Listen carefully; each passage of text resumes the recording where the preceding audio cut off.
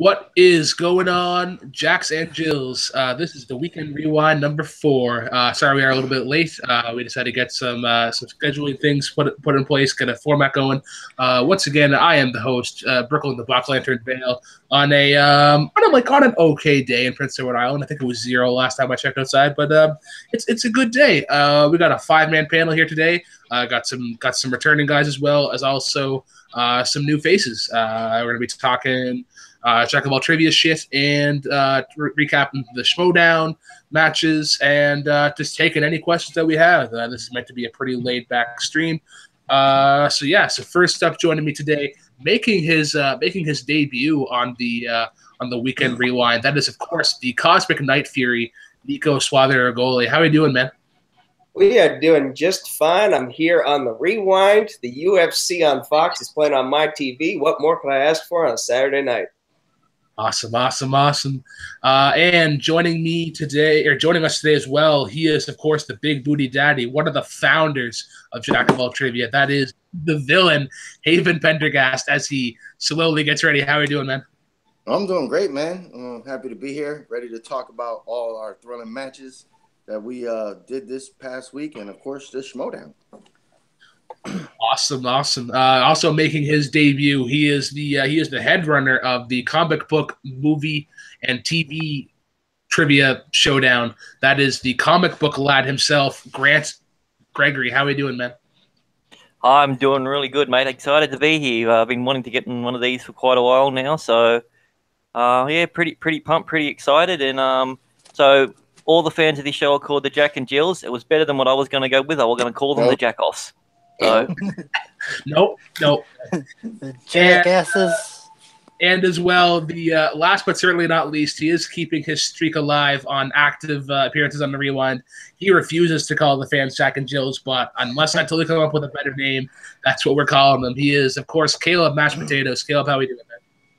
What's up, guys? I'm doing good. Just got done with dinner and everything, and then ran over and immediately jumped on here, so lots of fun. Looking forward to shooting the shit with you guys. It's always a good time. Awesome. And just keep in mind as well, guys, while we're doing these, this is also kind of an AMA. So if you have any questions about anything, like literally anything, probably going to get asked. So without further ado, let's kick it off here with the Jack of All Trivia stuff. On Monday, Jukebox Trivia made its triumphant return, where Mashed Potatoes took on the Jeremy Adams, in a closer match than on paper. I think there was a certain category that Jeremy might have been a little excited about, and he took it to town. I'm gonna take it over to Caleb, one of the guys who was competing in that match. Now that he had some time to kind of think it out and just like, could I have done this? Could I have done this? What were your thoughts on the match? I mean, it was okay. I mean, it's a battle. It's always going to be a battle with Jeremy. And one of these days, Alice, it's just like I'll get there one of these days. I'm a born and raised Cubs fan, so maybe next time. Yeah, absolutely. I had fun though, but just like you gave him Elton John, and it was like freaking the guy knows everything Elton John. Apparently, there was just no gaps in his knowledge. No. Like, if I was playing anybody else, I think I could have actually won that game. But it was just how it went. yeah, for sure. I remember saying on the Monday match, like, I think anybody that wasn't Jeremy with Elton John, I think you scored 8 points in round 2. So I think you had an impressive performance. I just think it was kind of the wrong day kind of deal. I'll kick it over to Haven next. Haven, you were there on the stream. Jeremy as well joins you in the 2-0 club. Probably in the schedule you will be facing him soon. What are your thoughts on both performances? Yeah, it seemed all right. Like the first round went well. You know, both guys were able to score a couple points in the first round. Jeremy had, I mean, it believe, was had a tied. lead. Yeah, and then you have to kind of land on your most loved music icon was kind of a lucky draw for Jeremy. You know, like he knew every fucking song that Elton John ever played, sang. He actually, I think he named songs that were just on albums that weren't. I don't know if they were played on the radio. So I was like, oh yeah. So it was I think it was a disadvantage to Caleb. You know, if it would have landed like L Cool J or Britney Spears or some other, the Ramones or something. I don't know if Jeremy would have lasted in the third round. You know, Caleb just couldn't catch up. So you know, it was a tough fought game.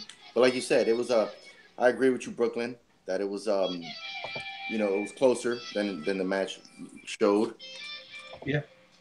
Yeah, and then over to Grant as well. I know Grant, you'll be making your Jukebox debut pretty soon, coming up against Luca. I'm sure you've been able to watch a bunch of the matches and stuff. And do you think that like seeing the questions previously that you'll have a good effort in your Jukebox match? Oh, I've got no doubt. I'm probably gonna have some mild success in it. Gonna say with that previous match, I was a little upset that no one had the bitches back come up. You know, I thought for sure that was going to be one of the ones that was mentioned in Elton John. But yeah, it was a story of a few rounds. The second round was a blowout one. Without that one, Caleb was highly competitive. The score did not reflect how competitive the match was. As for my match coming up against Luca Fallon, that's going to be a tough one. I don't know if that kid's got any holes in any part of his game when it comes to any form of trivia. So yeah, I'm excited. I'm excited about that. I think it's going to be good. And I've gone through and I binge watched all the Jukebox a couple of times just to try and subliminally pick up on a couple of things. And yeah, I'm looking forward to competing against everyone and anyone. Awesome. And lastly, over to Nico. Nico, we really haven't had a chance to chat about Jukebox trivia and all that and whatnot. So I'm just curious, what were your thoughts on the match, and what are your thoughts on the premise and the style? So I didn't get to see this week's Jukebox match. I mentioned that earlier before we went live, and for the most part, I've kind of stayed away from Jukebox trivia. No offense to you. But it's just, if you saw my IG match I had last week, scores and soundtracks popped up on the wheel, and within like 2 seconds afterwards, I was like, nope, spin again. So like, unless you give me like a Daughtry or an Evanescence question, I'm pretty much useless in terms of music trivia. Well, like maybe in a few months I'll have a match in your division, but for now I'm kind of steering clear of Jukebox trivia. Yeah. Oh yeah, for sure. I don't blame you whatsoever. It's kind of like me in wrestling, unless you give me like modern WWE or like kind of older ECW. I'm fucked regardless. Okay, so that takes us out of Monday into Tuesday, where we had a double header.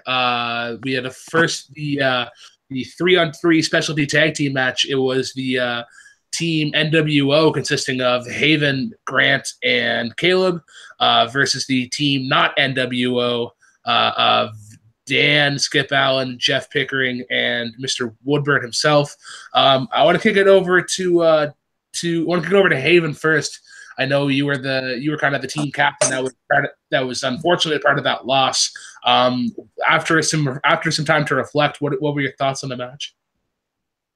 It was a tough match, man. It was just I think both teams had two guys that were kind of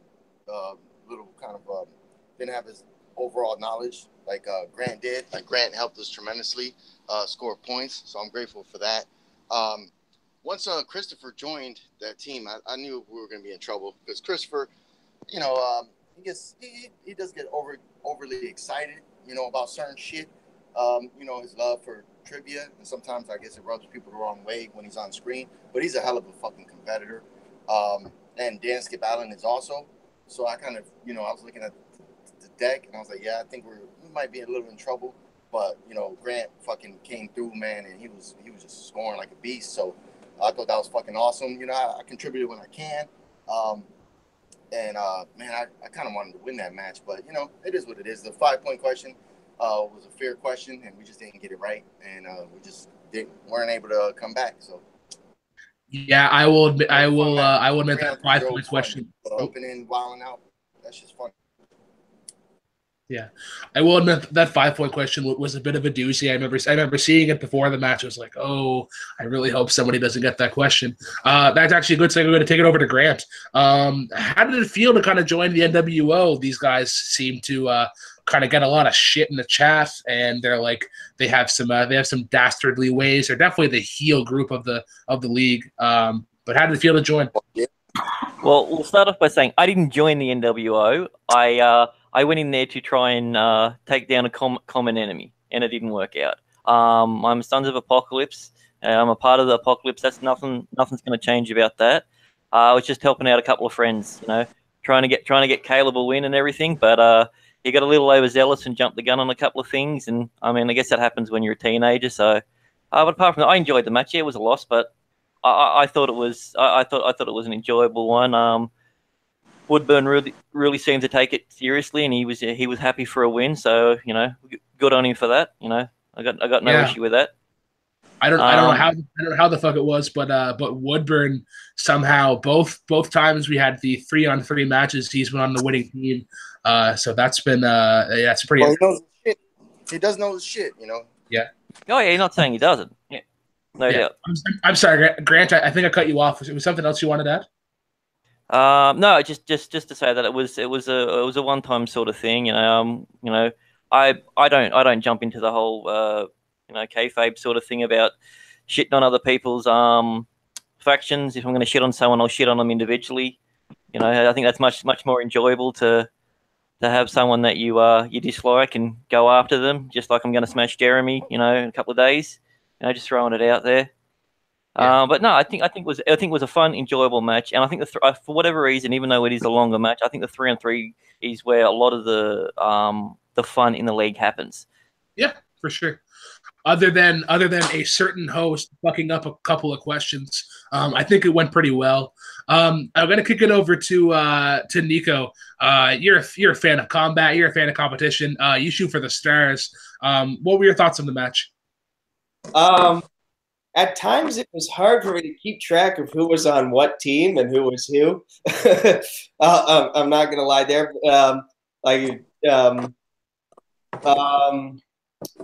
When you have Chris Woodburn and Dan Allen in the same match together, and then you throw Caleb Coho into the mix, words are gonna fly around, and it just chaos is going to ensue.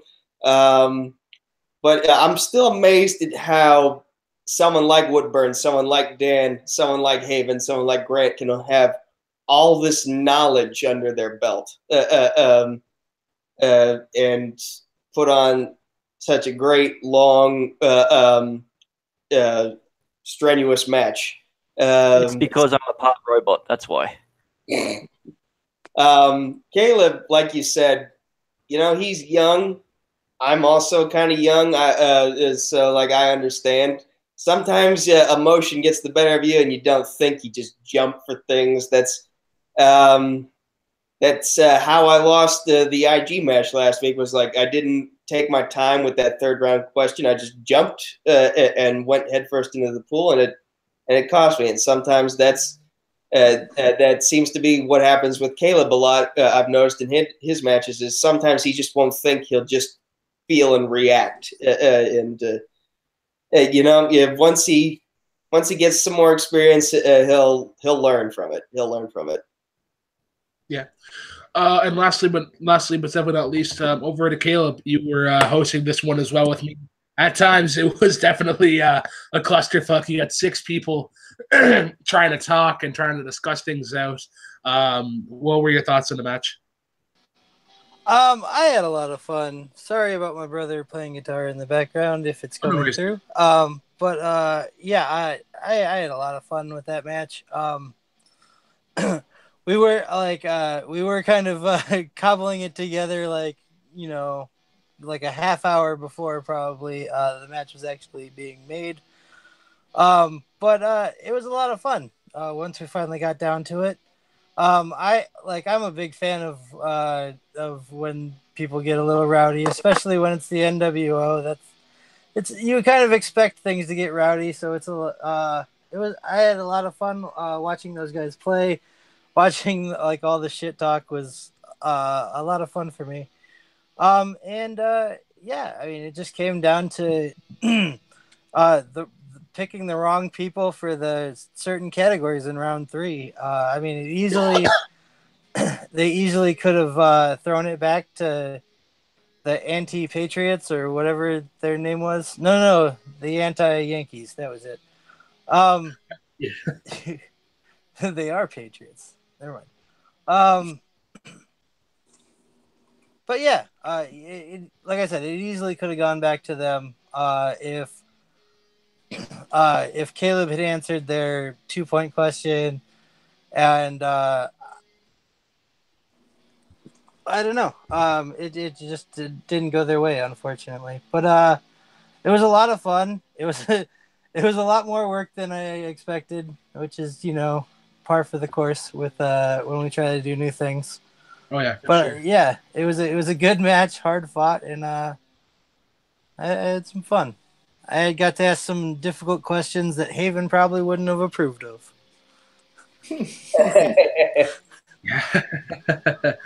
Alrighty.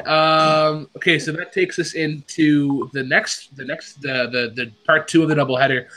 That was Dan Skip Allen taking on David Crossan, making his debut.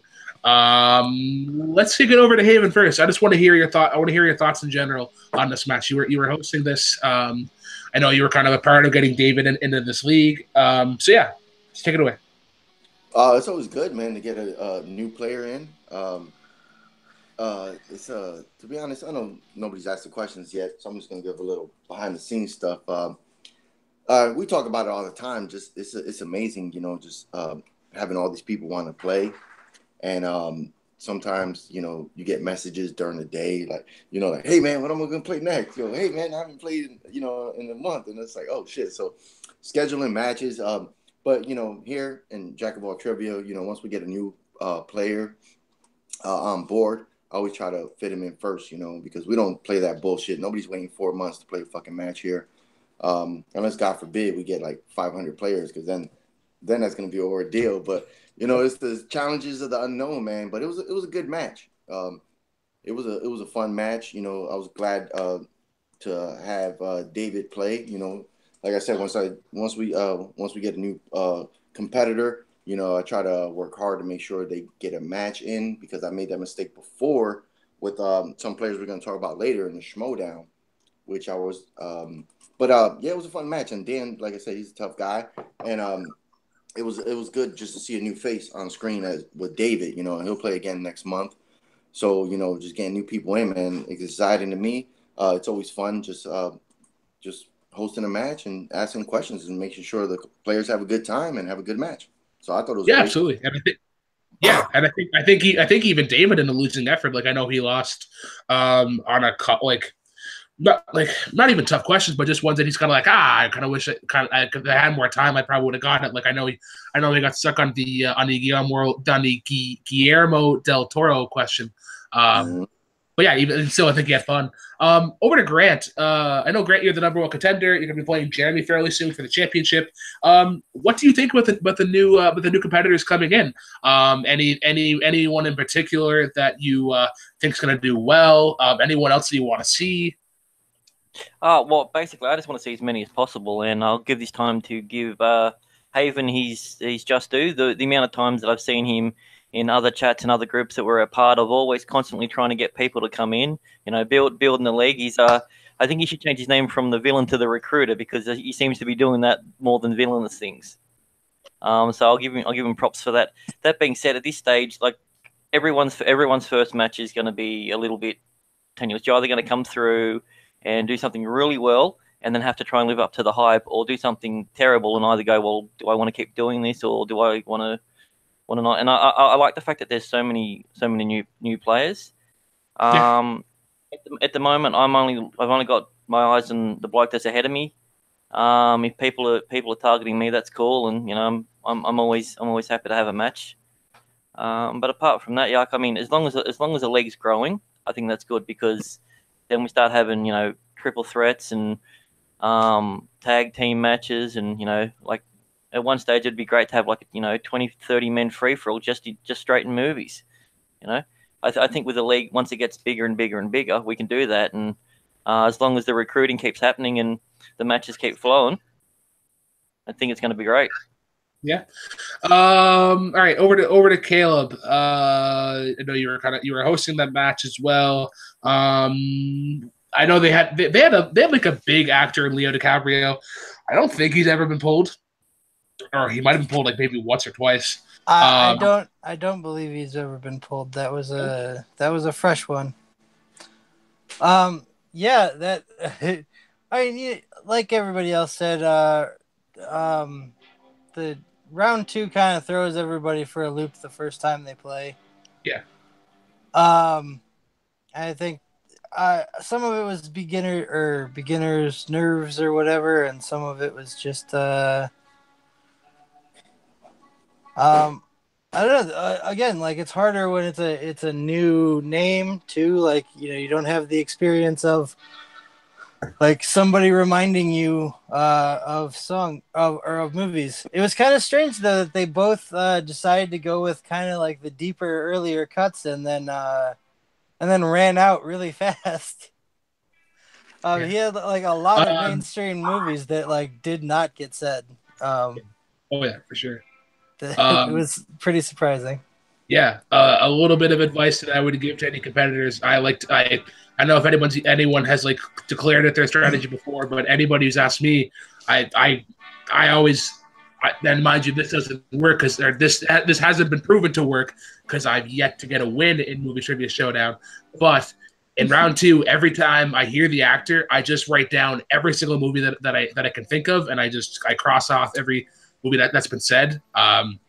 I know when I'm hosting those matches and they ask, I always say that it's encouraged. But Nico, over to you. Anything to add on the match at all? So I haven't seen the match, but I have been. I have played against Dan Allen once before. It was in a team match. Haven was my partner, and this was in There Will Be Trivia. And you know, Dan has shown that he knows his stuff. And you know, to get him as your first opponent, I don't know how Dan's opponent did per se, but I know that Dan is a tough test to be your first match in the movie division. So props to whoever the second person is we're talking about. I'm sorry. David Crossan. What's his nickname? Props to Crossan for taking that match for his debut. Yeah. His nickname was the Guard Dog. The Guard Dog? Yeah. Just to kind of on a little side note here, I'm keeping active on the chat. I love the appreciation for Brian Boitano. I know we got stuck on South Park. Yeah, so then that takes us 3-on-3 match. Yeah. So there was. Sorry. What you saying? Sure, yeah. I just want to add one more thing. It's a lot of the challenges to the new people is that they never really played a trivia match live. For a lot of people that I have talked to that brung in the league, so it's a new experience, especially with the format, you know, and that's why the first match sometimes doesn't go people's ways, you know, unless they played in other leagues before, you know, and you know, get the knowledge going and have the juices flowing and been there before. But so it is. I've noticed that a lot of the debuting players usually lose their first match, but then they bounce back in the second once they're familiar with the format. Yeah, for sure. Also, something else I'm noticing here in the chat, Nazario especially is asking if Nico can either turn his hat forward or turn his hat backwards. I might try and get a poll going here or try and get a vote as to what way What is he doing? Nobody wears that hat like that no more, Nico. It's not fucking 1990s. I'm trying to remember what else was wearing it in he's like, I'll either turn your hat, turn your hat forward or I'll turn your head sideways. You listen to him, Nico. You keep your head looking as dicky as possible, buddy. Heck yeah. All right. Not much, Ryan. Ryan says hi. What's up? Not a whole lot. Got We're Ryan, just shooting the shit. Ryan, Sean. We got a bunch of people here in the chat, which is awesome. So that takes it into Wednesday. Changes to Wednesday, which is normally our wrestling day, but that's an off day because we have a new champion, so we're getting matches in whenever we can. Ryan, I do see your question. We'll get to that at the end probably. I can say something about wrestling. Sorry, go ahead. Yeah, it's just wrestling right now. Since the league, we haven't been able to get new recruits in. Well, we got two. Cody and Waylon. They're both interested in playing wrestling. Also, you're welcome for this. I finally got us a female wrestling competitor by the name of Nicole Morris. She comes from the Yes Wrestling Facebook group, which is where we got Harry, our #1 contender, and Warren. So, she is in good company. Heck awesome. Yeah. So we got That's three. Awesome, dude. We got 3 new players that will debut next month. Wrestling we're doing every other week now. Because of just because to not burn it out. So that league is going to be every other week. So 2 to 3 matches a month. Yeah, if you ever do a WCW only match, I'll be in there for that one. That certainly could be arranged. I'll book it. You and Mark can have that one or something. Yeah, man. Yeah, you take that. No one else. All right, so that takes us into Thursday. I mean, in WCW, what won you that belt, Nico? A TNA question is what won it. That's true. But I did set up a little bit of the weird WCW questions. That's how I knew that Booker T was a 6-time television champion. Yes, indeed. Ryan also wants in on that in that WCW, so that might be a good little triple threat or something, or a good kind of organic match.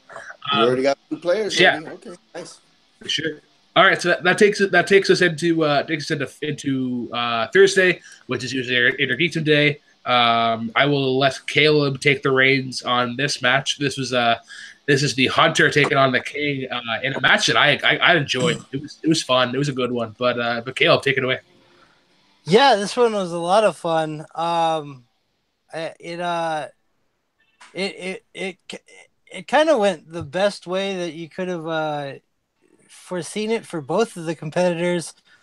They both put up a good performance. Ryan ended up coming away with the W. But I mean, I think Ryan hit MCU. Ryan hit Marvel movies and Caleb hit MCU, which I think is the first time we've had an all Marvel round 2. Yeah. And so that was interesting. And they knocked it out of the park. Ryan had stumbled a little. I think he even gave up a steal to Caleb, but ended up coming out with it. I think this is the first time we've had both competitors have to answer both of their round 3 questions, which was kind of incredible. Pulling out the win there, Caleb pulled what I thought was pretty difficult round 3 second one with the Wrath of Khan quote. Yeah, which was pretty awesome. But then Ryan came right back with it and knew the X-Men Apocalypse question, which dude, I thought that one was hard. I did not remember that quote, but he pulled it out. It was pretty surprising. That was a great match to watch, and it definitely it showed it showed the False King in a different light. That he was actually a little bit humble and actually played a really good game. So that was a lot of fun. Yeah. Okay. Let's go over to Nico next. Nico, I know you had a match recently, and not last week, but the week before. What were your thoughts on the match in general? So I was trying to quickly watch this match before we started up this stream. I only got like halfway through round 2, but I did see Ryan and Caleb compete this week in Grant's comic book trivia as well. So I know what these guys bring to the table in terms of the inner geekdom, and they do bring a wealth of knowledge.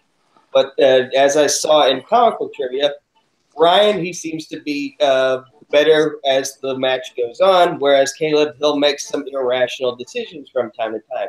Now, what Mashed Potatoes here is telling me that the False King showed a little bit of humility. I also kind of noticed that in the comic book match. So maybe the amount of losses he's had to deal with over the past couple of weeks, maybe he's starting to realize it sucks. Maybe I need to try something different with my demeanor to get over this hump. Whatever you got to do to get that first win. Yeah. Haven is shaking his head there. What are your thoughts right now, Haven? It was an interesting match. It was a good match. Oh, I got a knock on my door. Let's kick it over to I'll take over if you want, and I'll be right back. Sure.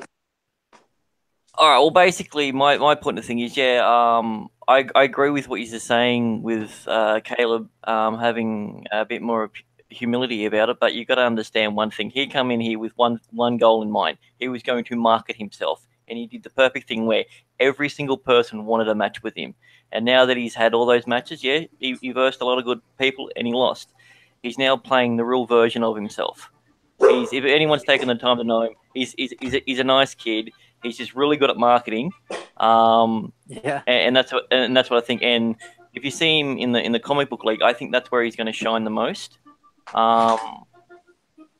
Into geekdom stuff, he's pretty good, but his biggest issue is he's got to stop that quick thought going to his brain real quick. He's just got to loop it around a couple of times before it comes out. Yeah. Yeah, for sure. I definitely will agree with Grant saying that he knows how to market himself. Breaking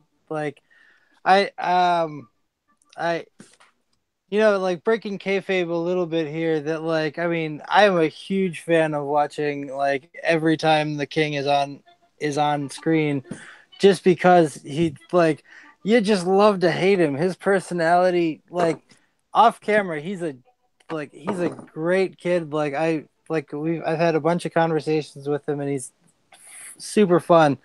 But man, once he gets on screen, he can turn it on better than arguably anybody else in this league. Maybe 2 or 3 other people that could compare. But man, he's so good at it. It's awesome. That's why he gets so many matches. He's just so much fun to watch, and everybody wants to pummel him. I have to agree with Caleb. Excuse me. I'm sorry, Haven.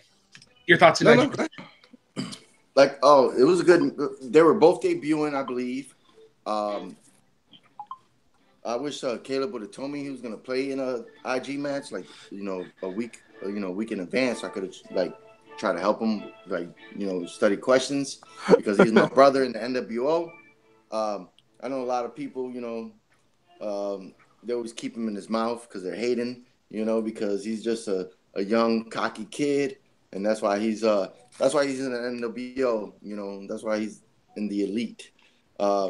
It was disappointing to see him lose the match.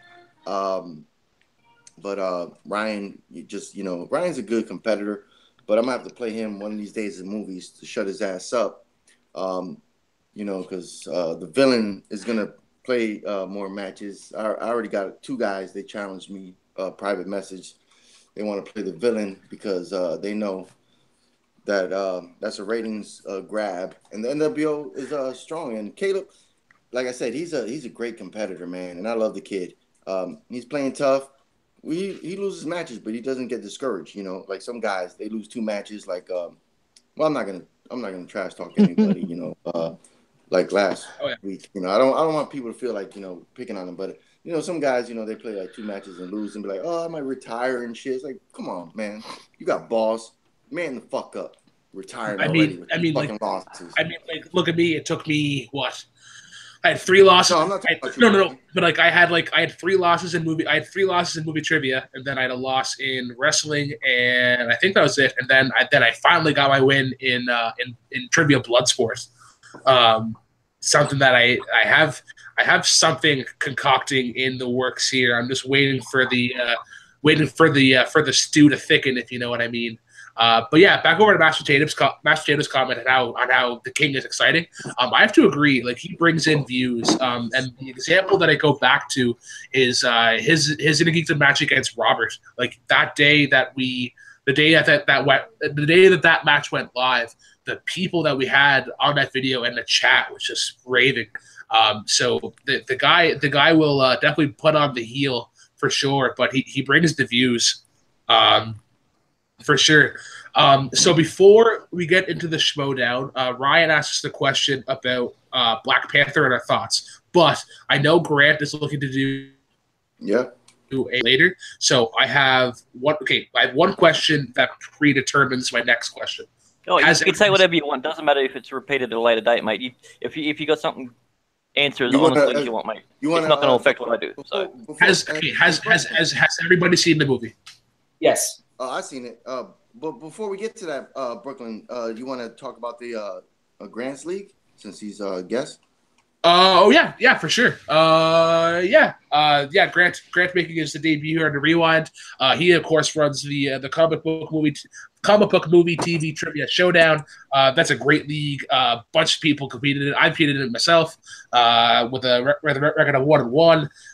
But yeah, you guys are getting pretty close to your championship. I know Kane is in the finals, and then it's you versus Chance in the semis. But yeah, keep us fill us in for anybody new.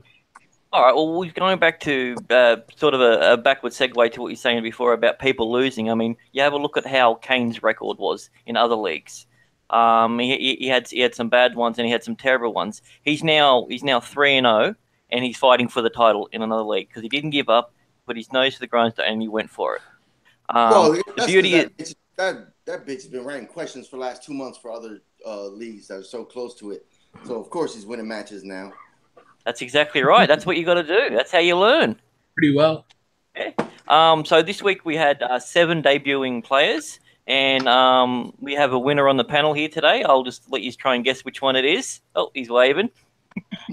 What a match that wasn't wrestling. Yeah. And it was a great match. We also had Robert, who's in the chat. I've just been watching. He also had a win. We had a fatal 3-way and a fatal 4-way, or a triple threat, whatever you want to call it. And as of next week, we have 3 or 4 matches going. We have the week after next we have Nico versus Haven versus Son Schamberg in a triple threat. So that should be a good one. And I'm waiting on confirmation, which I thought I would get already, to the person who Brooklyn's facing next week. But yeah, it should be a good one. Pretty much how it's going is we got me and Chance in a semi-final, and the winner of that will face Kane for the title. Pretty much however it happens, it'll be happening within the week. So this time next week, we'll be discussing the person who's the new champion for the comic book league. Anyone who's interested, what we're also doing in the future is we're doing a tag team league as well, which we're hoping to start up at the beginning of April. So around the beginning of April. So if anyone you want some teams in there, we've already got a couple of matches that have been confirmed under the table. And yeah, pretty much if you want to get in, just do it. I mean, I'm happy to host. If you want to do a stipulation match, an Iron Man match, just throw a line to me and we'll work something out. We're here to have fun. It's we're not playing for they say in Australia, we're not playing for a sheep station. We're here to have a bit of fun, meet some new people, and go from there. Yeah. Yes, that's awesome. Over to Haven. I know you've thrived in the comic book trivia. I know you were pretty well the manager of a comic book store. Unfortunately, you did lose at the hands of Kane. What have you thought of the league so far? And I mean, it can only grow from here. Oh, I think the league's a great concept. It's a great league. Yeah. The format's great. The new format, is a good format. It just caught me off guard. And like I said, Kane, if it was a month ago, Kane wouldn't have won that match. But and I did the same mistake that some guys do, like Nico was saying earlier, about him and Caleb Kono. I kind of jumped the questions instead of going to multiple choice because I bet some points when I should have maybe reserved some. It's all about strategy, but the questions are, I think they're fair as fuck, man. And I think it's a great league. You got Grant and Sean, two guys that I brung into the league. They got their own league now, and they got a thriving league, man. That's fucking great. And Kane ain't winning that fucking title. If Kane wins that title, I'm gonna have to play him again, and beat the shit out of him, because Kane should never beat me in any fucking matches. So, he got lucky. I hope he's shining his shrine to me, for him winning that match. But that dude is that dude fucking he's a good kid. No, I love Kane, but he's running a lot of questions, and I ain't mad at him. He beat me fair and square. I just jumped the gun on some questions, which I should have thought about it more, but. Hey, this last week, man, Grant was able to put together some two awesome matches, and they were fun, and they delivered. Yeah. We've all actually all five of us have competed in the league in some way, shape, or form, and I know my last performance was fucking horrendous, but I had fun with it for the most part. Caleb or Nico, anything you guys want to add? I'll let Caleb go first. Oh, yeah, no, I was just saying, me too. I also kind of shit the bed that my last match. I just couldn't hear anything for the most part, and it really sucked. But going to both Sean and Robert are jumping up to defend Kane, and I kind of want to second that. Yeah, I don't think Kane got lucky. No, I think not even the slightest. That guy has been studying. He knows his stuff. There was no luck involved. He's become a threat, and in no way because in no small part because of his question writing. It's forced him to up his game, but then as well as that, he's actively in the chat going out and asking for recommendations of comics, and he's looking things up. He's been studying hard, and it's been paying off. I could see him being the champion, and that's a long ways from 0-3 in Inner Geekdom. I'm super impressed with that guy. In terms of my match with Nico, it was fun. I'm glad Nico got a match, but I'm aching to prove that I can do better than what I did now that I can hear people. Yeah, for sure. And on top of that, I also got to give props out to Sean for doing a Cleveland Brown impersonation for the entire match, apart from one tiny slip-up. Yeah. And not only just sounding like him, but doing all of his mannerisms, so I'll give him props for that. Let's hope he never does it again. No, he'll do it again. He's got other voices. See, I could try and do a Bill Cosby for an entire match. I think that might be fun. I could be giving out Jello to our competitors throughout the match. No, we see what your history is of giving out things to people. That's not Bill Cosby, bro. Yeah, no. That's not Bill Cosby, sorry. No, I tried. Somehow you're not nasally enough, even though you're like naturally nasally. All right, over to Nico. Well, thank you to Grant for saying props to Sean for doing that voice. I was actually going to give that shout out to him before you did. So good to know his efforts to keep that character of Cleveland Brown going for the entire match didn't go unnoticed.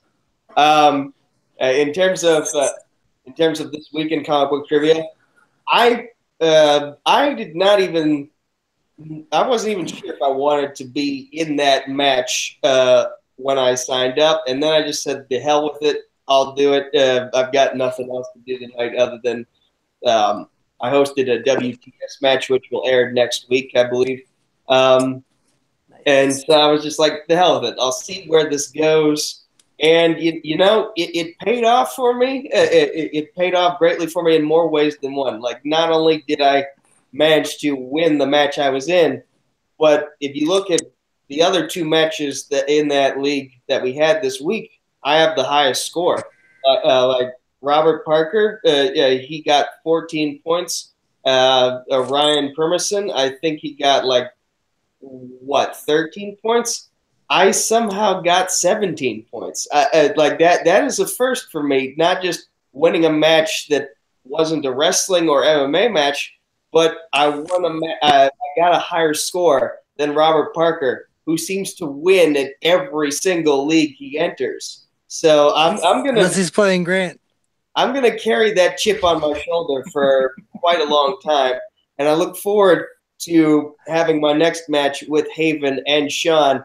And one could say that it's somewhat of a grudge match simply because I'm the one who kind of convinced Sean to do the entire play-by-play in that Cleveland Brown voice, and he might be slightly mad at me for do that. Even he just wants to get back, and he's obviously still being beat him.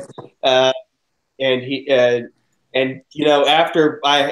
Caleb and I had our match with him and Zadius, who, by the way, props to Zadius. He is a great competitor. It was Malcolm, wasn't it? Heck yeah, yeah. Z-Man killed it, dude. He almost won the whole thing. Yeah, it was good strategy by sitting back and forcing Zadius to try and go for the bigger points, and it worked out. So that's why the third round I like, because it adds that bit of strategy to it. It's not just straight answering the question. So yeah, props to Zadius. He was definitely my toughest opponent in that match. No offense to Caleb, that Wi-Fi issues can happen to anybody. Yeah, Zadius is strong as fuck. And I just want to mention that after the match, Kane said that both Zadius and I, had we entered the tournament, we could have had pretty decent runs. So, again, that's another chip on my shoulder that I'm carrying. Haven might disagree with me, and we'll see. Kane don't know shit, man. He only joined this league 3 weeks ago, fucking writing questions. Kane didn't. Grant and Sean run this league. Kane just fucking joined dick riding after he got fucking accepted in IG, writing questions. So now he feels like he's so fucking good. I'm gonna have to disagree with you on that one, Haven. So, yeah. But yeah, I enjoyed the rant. Really coming out there, really on the anti Kane train.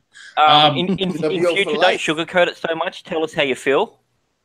I ain't sugarcoating shit right now. How does that make you feel, Haven? No, Kane. Like I say, I love Kane, man. He's a good guy, man. I just, I gotta go heel with the villain, and that's what I'm gonna do tonight. Have fun, with guys. I love everybody in the league, because without them, we wouldn't have a league. From guys playing, contributing. It's a community. It's a family, and just like family, I'm the older brother, so I'm gonna have to, I'm gonna have to give them noogies, and I'm gonna have to fucking, give them wedgies, man, because everybody else ain't shit when it comes to the NWO. Yeah. Okay. So yeah, good to see that Grant's comic book league is doing well. It's only going to grow. It's only going to grow from here, and we could that could pretty well be another podcast on its own. We could be chatting here for hours. But I do want to get appreciate the support from everyone, and even though this is not officially a part of Jack of All Trivia, I do appreciate the time of you guys to have a chat about it. Thank you. I mean, I'm pretty sure we have like a Collider Screen Junkies kind of deal. We understand, like we're on the same boat. It's not like enemy competition, that kind of stuff. But something I do want to get back to right quickly. Caleb, have you seen Black Panther yet? No, but talk away, man. It doesn't matter. Okay, so here's what I'm gonna do.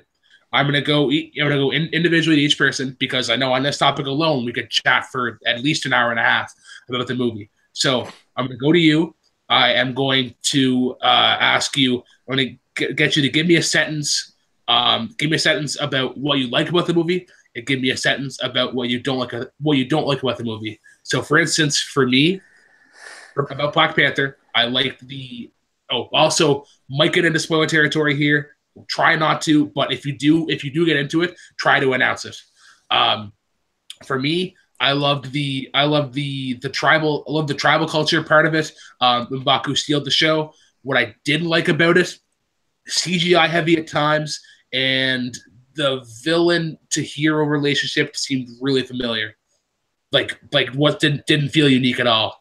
Nico, sentence. What did you like about it? What did you not like about it?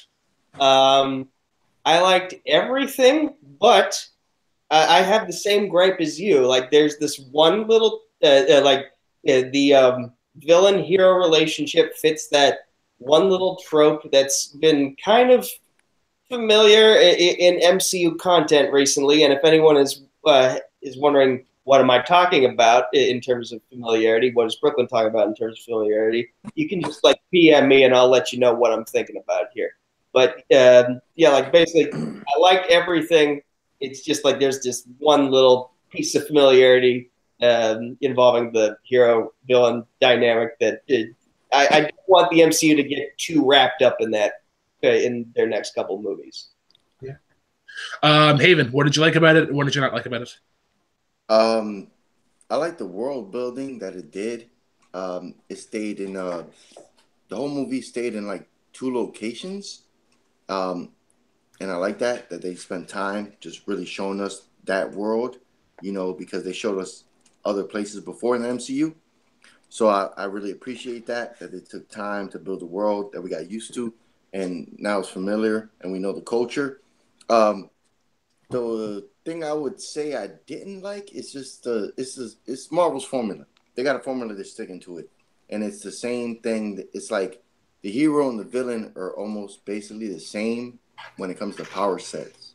From Iron Man 1, when Iron Man fought just a bigger Iron Man, from Ant-Man, from Captain America fighting the Red Skull, it's always kind of the same trope. It's it's a mirror image, and that's kind of disappointing. But other than that, but that's Marvel's formula, and they're making billions, so I can't change that shit. Who the fuck am I, Sure. The familiarity that I was talking about, it's different from what Haven was talking about, but it gets into territory what I was talking about. So again, that's why I said PM me if you want to know what I meant. I think Nico and I might be on the same path. I assume what you're talking about is the brothers in arms or whatever, that then one of them becomes evil and the other one's the hero. Kind of. Yeah. We really can't say anything without getting into spoiler territory. We could, man. Yeah, because I found it similar to. Shit. Yeah. Okay. Let's talk about it, man.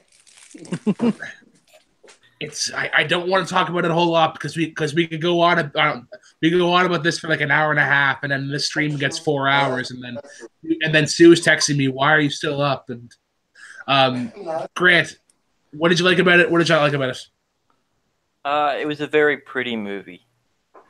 I like the aesthetics. So I think the graphics worked in the right way.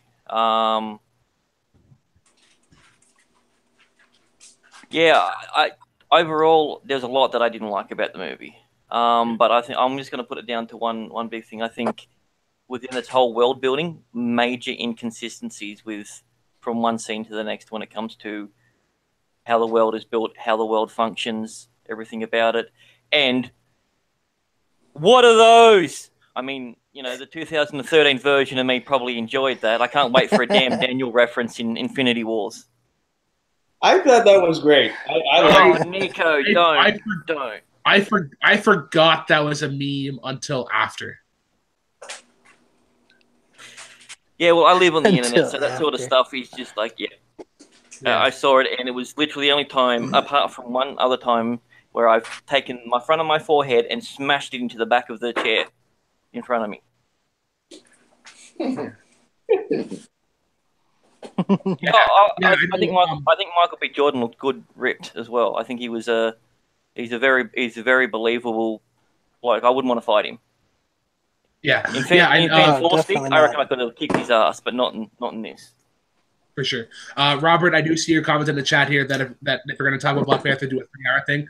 That's why I'm trying to condense it to like a one-sentence thing he did, one sentence thing he did like and I don't like. I know Grant is going to be doing a roundtable discussion on his channel, so that we'll be doing. We're just going to try and condense it as quickly as possible.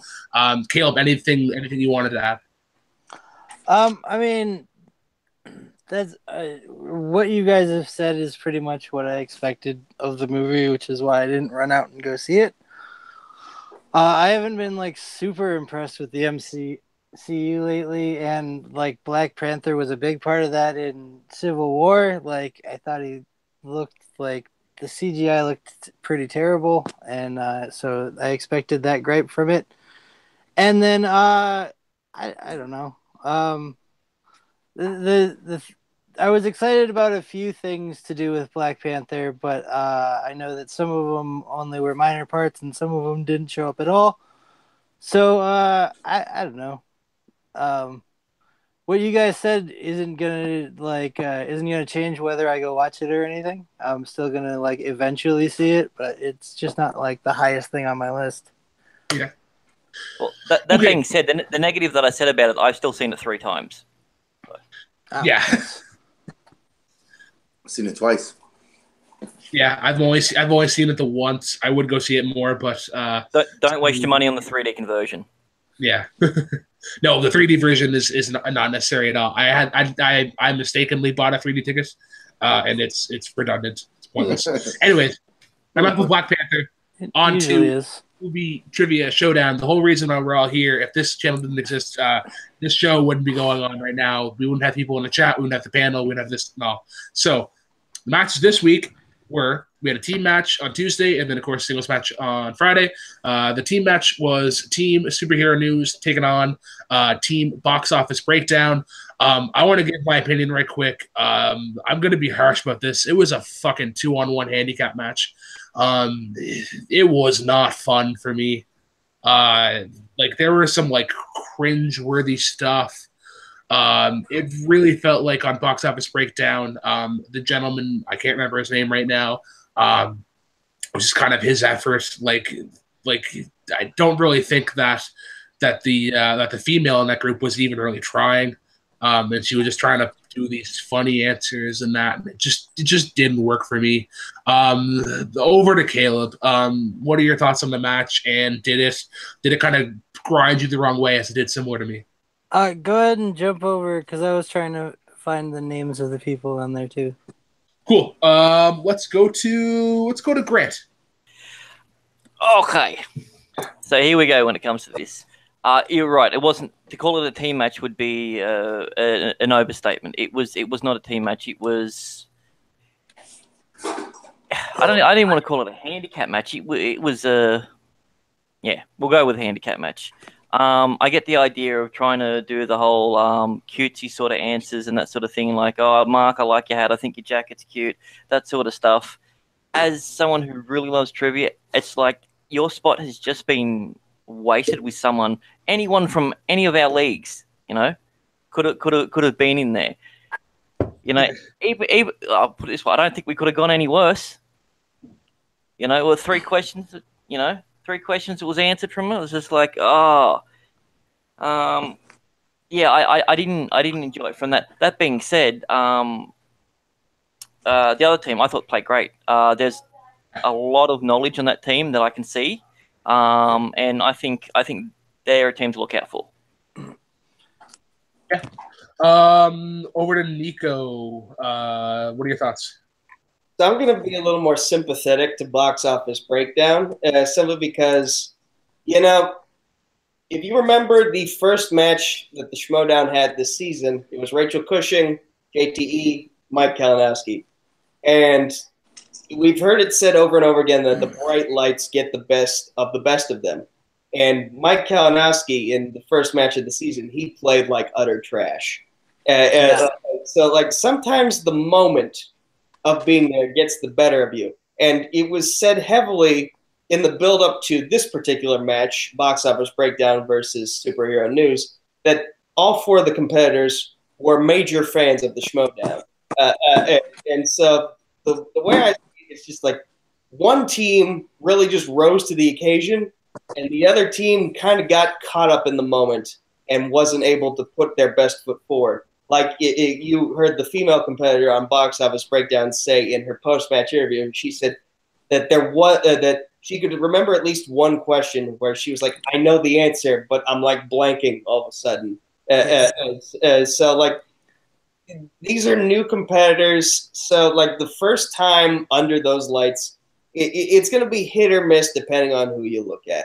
So I'm not going to fault them for a bad performance because like it's their first time. They had the big major league jitters. It happens. Now, I will say that there was one thing Box Office Breakdown was doing that was kind of annoying me, and it's like the overly cutesiness. I thought they were trying really hard to not show their hand that they were going to turn heel if they lost. Like, I felt a heel turn coming, and it just never came. So, like, in terms of booking, it felt like a little bit of a missed opportunity. That would have been a great storyline too, I reckon. I mean, especially like seeing as they're coming as Box Office Breakdown, which was the original team of Finstock and JTE. Like, so if you're coming like Box Office Breakdown, like, and then they come in like they're super saccharine and sweet, and then like that's just kind of a missed opportunity. I feel like. Yeah, I don't know. So I found their names. It's Sean and Sabrina were Box Office Breakdown. I think that Sean did pretty well. Like, I mean, they didn't do that bad considering. Like, I mean, the score was 18-20. It's not like it's not like it was a blowout. They did win by TKO. They didn't get any of their freaking round 3 questions, and they were pretty simple. But I mean, what are you gonna do? But yeah, I mean, so as much as you want to say like, oh, it was a terrible match, but it is what it is. I mean, they put up 18 points. Sean held his own. Sabrina, it seems like got kind of lost in the lights, maybe. I mean, it happens to all of us. I forgot Billy Zane in a match a couple weeks ago. So I mean, it happens to everybody. He's the Phantom after all. Yeah, that was the question. But I feel like who were the other people? I don't remember their names. By the way, props to Frank and Amy. Can I Frank say something? and Amy were great. Oh yeah. Yeah, go ahead. Sorry, Hayden, go on. I'll give my take on it. It's they're expanding this year, so they're trying new things. A lot of the people that are coming in are fans. They're not guys or gals or ladies with like these YouTube channels, like how Chris Stuckman has like a lot of fan base. These are guys that haven't played anywhere else. Like we're in the trivia community, and I think that these people just live close enough to have the opportunity that some of us don't have. Because if Caleb or Robert, Sean, or Chance, if they lived in or Jeremy, if they live in California, You know, well, Jeremy lives in California, but yeah, he does. I don't know why. Yeah. But some guys that just don't live in California don't have the opportunity to get on the main show, you know, that we've seen that could play. And we've seen a lot of the guys in the trivia community, you know, built up by the Showdown, played matches. Some of these people haven't played matches. You know, they might have reacted to videos before they got called up. You know, so it's a learning curve. You know, what do you expect from a new player that you don't know nothing about? You know, if they don't have a YouTube channel with a built-in fan base, or you're like, oh shit, I know them. Oh shit, they got 60,000 people. You know, so when you see their matches, and and you feel like it's lackluster, I think on the Facebook page, there's some people that take it overboard, like, oh, this match sucked. You know, these people didn't know shit, but we don't know what they knew or what they didn't know. You know, it's just they got the luck of the draw, and they got to be in these matches. You know, like the match we're going to talk about next. I talked to her before, and you know, and I knew she was a strong competitor. So it's kind of just, we don't know. You know, they bring in new talent, just like when we bring in new talent. Some people are like, oh shit, man, you know, these new matches ain't really. Maybe not a lot of people are going to watch because they don't know these people, but it's like, you got to try new things. You got to bring in new people. So, you know, they might learn and they might get better going on, you know, and some people, you know, the new talent, you know, you start rooting for some people, and some people don't really know how to portray characters, because we see that shit here all the time. You know, like a lot of guys, like simple shit, when we tell people like, okay, it's just like Showdown. We interview you, then we introduce you, you come in music, and they're like, oh shit, I don't have a fucking theme song. It's like, what the fuck, dude? You don't watch fucking Showdown? You know, so it's the same. You know, some guys ain't great for camera, like Kane. You know, some guys just don't know how to be on camera. You know, so it is what it is. Wow, lots of Kane hate. Well, yeah, that's the go-to right now. Kane was going to be my example of like why these kind of matches are important, because if you look at like the beginning of his career, like I said, he was 3-0 in IG, and like I think he had 0-3 in IG, and I think he was like 0-2 in movies too. And like now he's like made that return that he's like way better on camera, and he has proven himself to be a considerable threat. So like, I mean, yes, what Haven was what Haven was saying is accurate, that like you need these types of matches, but also give these people a chance, because like we've seen it with like so many people that have jumped into the Schmodown and here and in other leagues, that they started off slow and like, but they just like kick ass once they get going. Like once they get hot, they get hot. People want to hate so fucking far and crucify. I mean, just give them a fucking chance. I mean the argument that I give, like, Superhero News had a really good performance, and I'll give them credit for that. The male component of Box Up Breakdown had a really good performance, and he did well.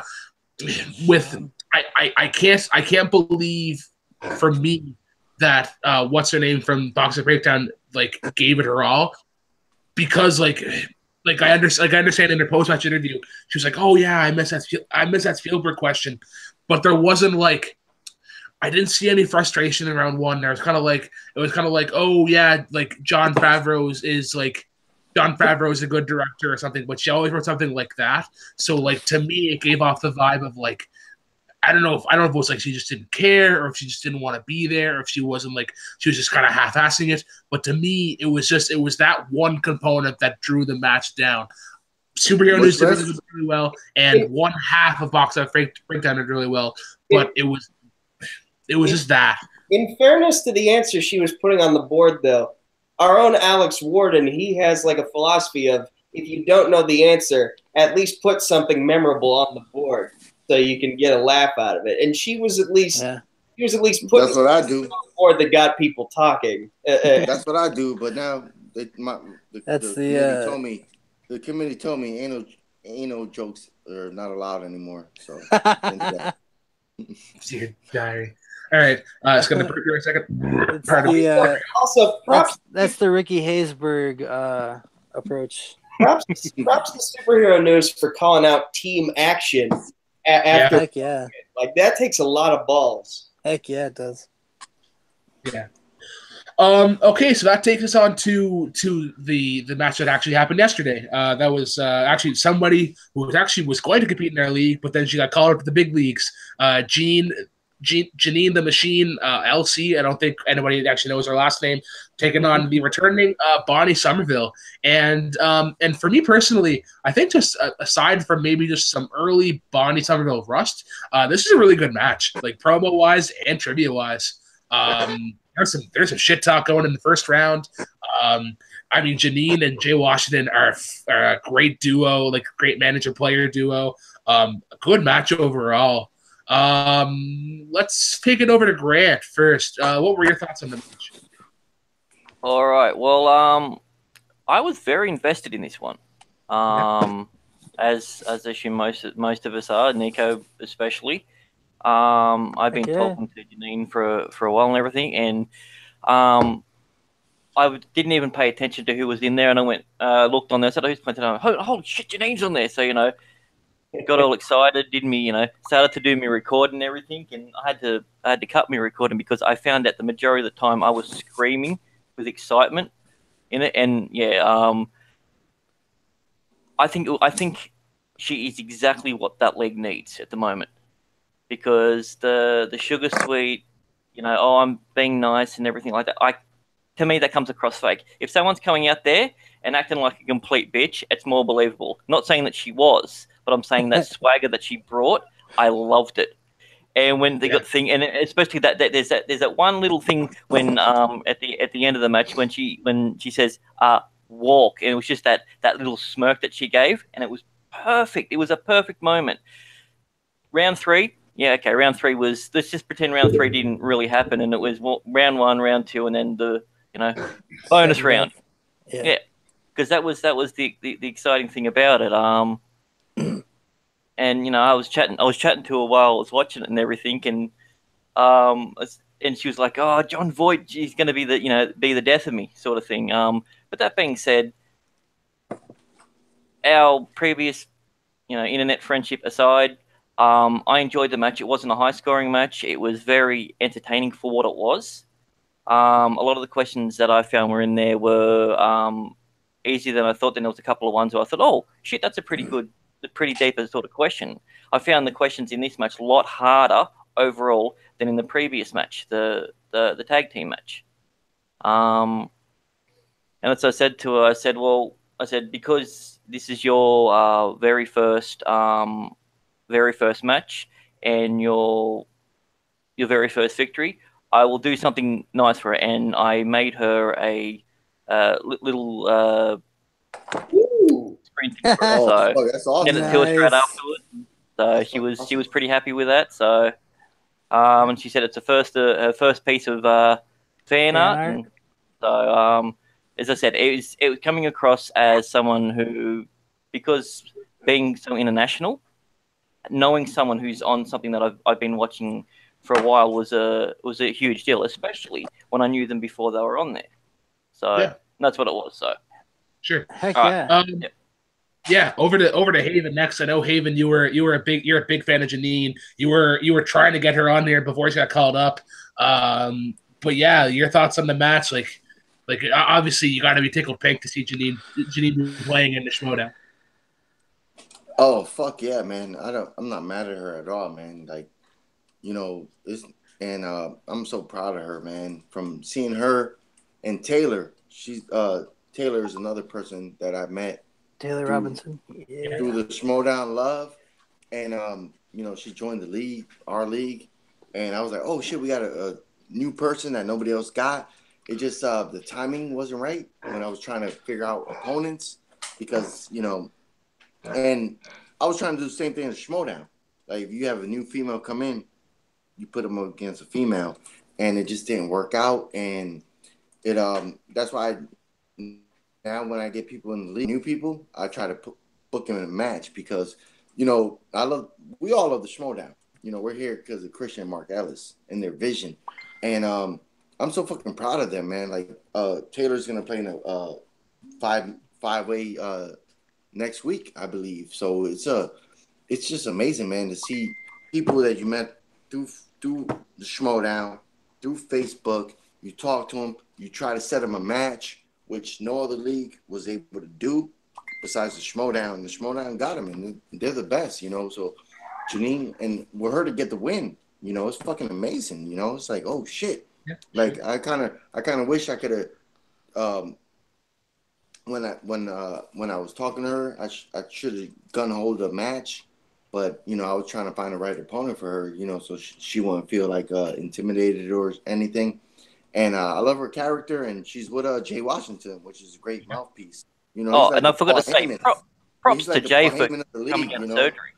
Yeah, you know, he's like the Paul Heyman of that league, you know, because he wrestled before, so he has that mentality that, and Christian knows that because he wrote for WWE. So him and Jay Washington, they know the wrestling psychology of entertainment when you're putting it live on TV, and that's why I say some like the last match we referred to. They don't understand that wrestling psychology. They come in and they might seem boring or dull because they just are there to like answer questions. They don't have a character, you know. And we see that in the plenty of leagues, you know. Some people take time to like, oh shit, build their character, and I think that's why Rachel Cushion is like one of the greatest because she was never on TV. She came in and then she knew what it was. She learned and she came fucking strong and just built her character. And you don't see that enough, you know, on any trivia leagues. Some people are just kind of themselves. They don't know how to talk on a mic. They don't know how to really talk or bring flair, you know. And you have to have that love for wrestling to be able to incorporate that into the Showdown. And Janine was great. She played a great character. And for her to get the win, that was fucking big time for me because I have her in all 4 of my trivia leagues, so I won points in that match. Oof. Yeah, I think it'd be great since we have that where Haven and Grant kind of have that connection with Janine. I think she might be kind of a good guest to have here on the Rewind. That'd be kind of a good thing.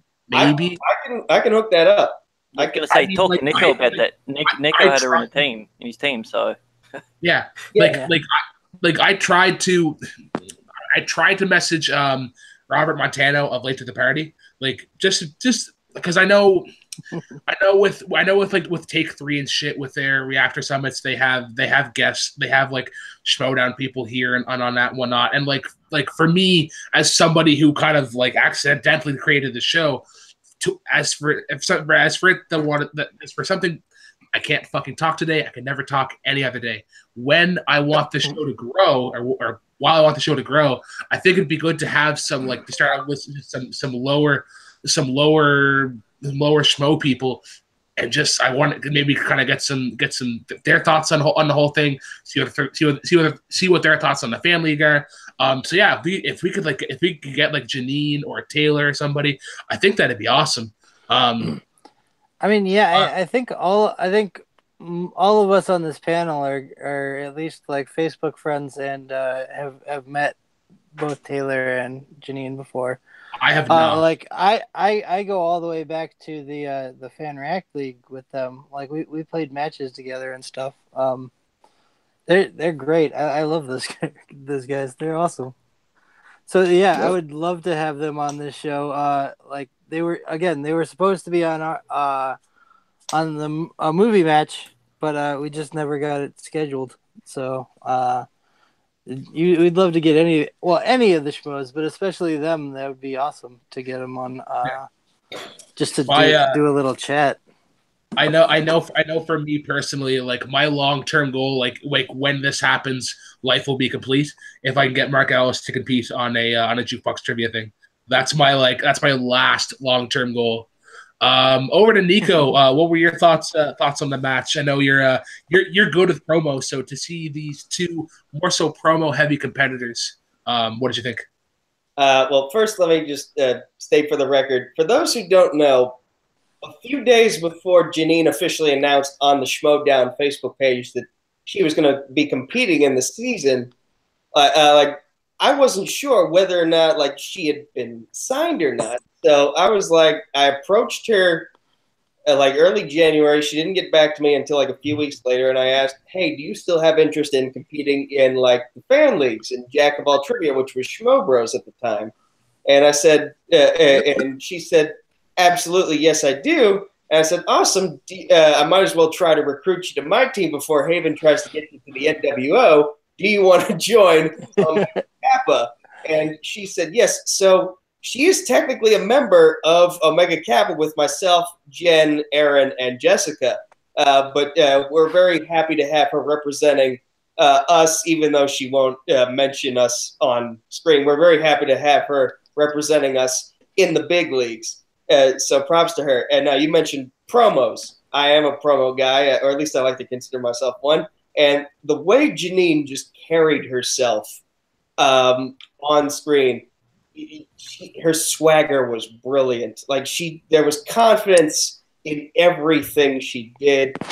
And then when I talked to her after she had the match, she was she was just like, how'd I do? Like, because I was wondering, like, could I have made better faces and when the camera was on me? Should I have been holding my board this way? So she's looking at what she can do to improve her already great stage presence. Bonnie Somerville, I like her promo game, but I think when she was actually playing the game, she had forgotten like some of the rules, and she wasn't sure, like, could I ask for a repeat? Could I challenge that? It was starting to get on my nerves a little bit because she was like a very hyper chihuahua that was just like bark, bark, bark, bark, bark. And I was just like, take a breath, relax. I know you've been gone for 4 years, but just take a breath, take a breath. But you know, I see good things coming from both these ladies in the future in the Showdown, especially from Janine. Very proud of my girl. Yeah. Yeah, that is awesome. That is awesome. So I'm gonna leave the conversation up to the chat. Anything you guys want to talk about while that's going? There is something that I wanted to announce. I know Haven and Caleb and I have been talking about it earlier today, and I believe we have to go ahead on this, correct? Yeah, I'm good with it. Yeah, we do. Yeah. Okay, so there's something. Check the chat, Haven. Yeah. I've seen it. Okay. Yeah, we're good to go. Okay, so this is something that is like kind of similar to a Hall of Fame, but not really. This is going to be something that is called the Cycle. This is going to be going up probably on our group photo, but it's going to be somewhere that's going to be permanent that you can see at any time. What the Cycle is going to be essentially if you get a win in every division, so music, movies, wrestling, trivia, and intergeekdom, you'll get your picture on like a little wall kind of thing, and it's just some kind of bragging right kind of thing. I believe after talking with Haven and Caleb that there are currently only 3 people who qualify for the list right now, and that would be I think the first person to ever do it was Haven. Haven was the first person to ever hit the Cycle. And then the next person I believe was Jim. And then I don't know how, but Mark somehow has the Cycle. He somehow got a win in music. And that qualified him for the last for one of the spots in the Cycle. So Mark's the man. Yeah. Some people that would be close. I think Chance is a music win, and I don't think he'll ever compete in wrestling. I believe he's 2 wins away from the Cycle. I think if Alex ever competes again, I believe he's in music and a TV win away from winning. Caleb, I think it might be a wrestling win away from winning. Wrestling and TV. I lost both my TV matches. TV. If you think you're close, let us know, and we'll kind of double check here. But yeah, I think it's kind of something cool for non, because I know championships are kind of like limited to one or two people. So I think it's something good for the non-championship contenders to kind of work for. It's just something kind of cool. Currently, yeah, it's Haven, Jim, and Mark that are on that wall for the cycle. So. So yeah, I think that'll be that's something kind of pretty cool to announce. I do see one question here from the Hunter Ryan. Thanks for the question. Favorite pro wrestlers. Let's just do a quick little top three. I think we have to start with the former champion himself, Nico, the Cosmic Nightfury. Who are your three favorite wrestlers? So like AJ Styles, I've been watching him since like 2008. He's the reason I am a wrestling fan. So he's definitely at the top of the list. Secondly, is my fellow Pittsburgher, Kurt Angle, the Olympic gold medalist, the WWE and TNA Grand Slam champion, has held pretty much every bit of gold you could possibly hold. Third is difficult to say because like sometimes it'll fluctuate between a legend or someone current. So I'm going to keep that third spot open. All right. Would there be like a tag team, or like would there be like a female wrestler, or? I'll go with someone who I just like personally. I really love Bailey. I love Bailey so much. Yeah. Over to Haven, kind of the head honcho over at the WTS. Who are your top three? Wrestling wise, I would say Randy Savage, Randy Savage, Kurt Angle, and if I have to throw a new competitor, I agree with Nico. I would say AJ Styles, because he's wrestled for over 10 years and he's fucking a great competitor. Yeah. Over to Grant. Well, I'm gonna go 1-2 with WCW legends because that's my thing. So, Vader, Chris Jericho, Rey Mysterio, and Sting. God damn it! You took two of mine.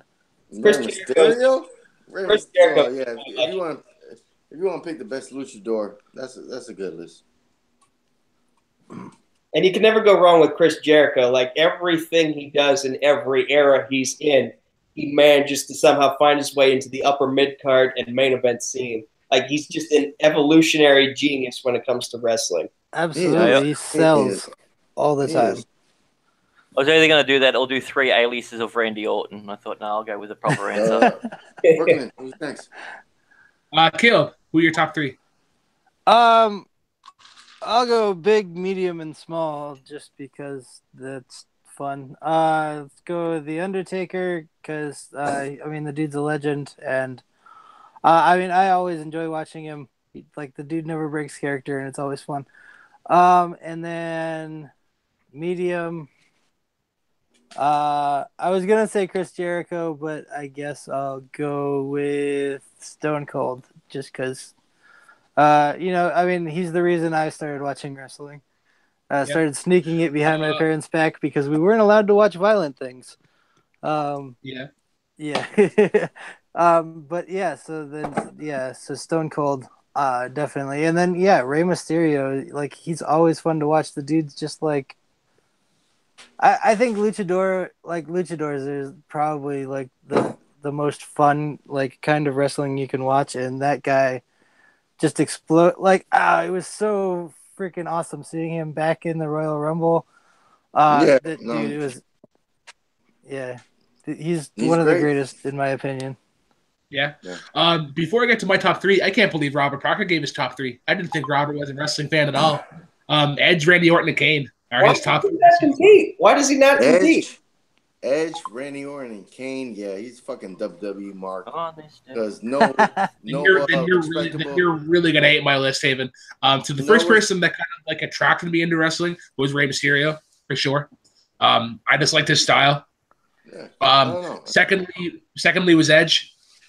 His promo stuff was good, and he was just a fucking awesome heel. I kind of grew up on him. And the last person I want to mention, he'll never get talked about again. Unfortunately, just the way how he ended. But one of the hardest workers ever in WWE, Chris Benoit. He'll never get talked about again. But your list is good. It's just Edge with me. Like I watch pure wrestling, so it's like Edge. I always like Christian more, but Christian was a couple inches shorter than Edge, and Edge just got way too many opportunities to win the belt, and Christian never did. And he took Matt Hardy's wife or girlfriend at the time, and that was kind of fucked up. So that's why I kind of always rubbed me the wrong way about Edge. But he had great moves in the ring. It's just like I said, like Bret Hart, Sting, Undertaker. Where do you place Ultimate Warrior, Randy Savage? It's like Iron Sheik. There's just too many bodies of work. And then you got Rey Mysterio, you got Eddie Guerrero, Ultimate Dragon. You can put Cody Bushi. It's like where do you go when you list? But that's wrestling. I only get to name 3, and he gets to name 30. Say how it is. Yeah, I think it also depends too, like where you grew up with wrestling and that whatnot. So I think each list is going to vary. Another question that we had from Robert. What were your favorite Nintendo games growing up? I'm going to give my kind of top 3. Any Mario Kart 64 game I played until it was pretty well dust. Loved all the Mario Kart games. Mario Kart on the N64, especially Super Smash Bros. Loved playing playing as Kirby and Luigi. Those are my mains. And on the N60 and on the GameCube, pumped a lot of hours into Super Mario Sunshine. GameCube doesn't count. Ooh, doesn't count. Nope. Game. Oh, really? I always play with the original Nintendo. If you want to ask those 3, it would be Mario. What is that? Ninja Turtles. Well, no, that might have been Sega. I don't know. I've been playing games since fucking I was born. Games are coming out. All right, Super NES. Let's go. We got Contra, Bayou Billy, Battletoads.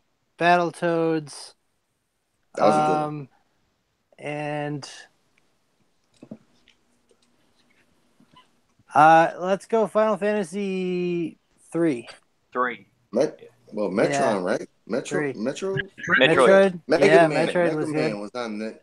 Mega Man X is the greatest Super Nintendo game of all time. Period. You pronounced Super Mario World wrong. No, I didn't. I know. I did not. I fucked up. Get out of here. No, I did. I fucked up. It is bullshit. I did not. I fucked up. I did. Super Mario World is the greatest NES game ever. So for me, I'm not much of a gamer. My sister is. Ryan, Mortal Kombat was Sega. Come on. So for me, when you say what were your favorite Nintendo games growing up, for me that can sometimes just qualify as a game that was also available for a Nintendo system. But in terms of like straight Nintendo games, I loved any variation of Mario Kart. Double Dash was a personal favorite of mine, but I also loved the Wii versions that they brought in. Wii Sports, specifically bowling, I got heavily addicted to that for the better part of a month. And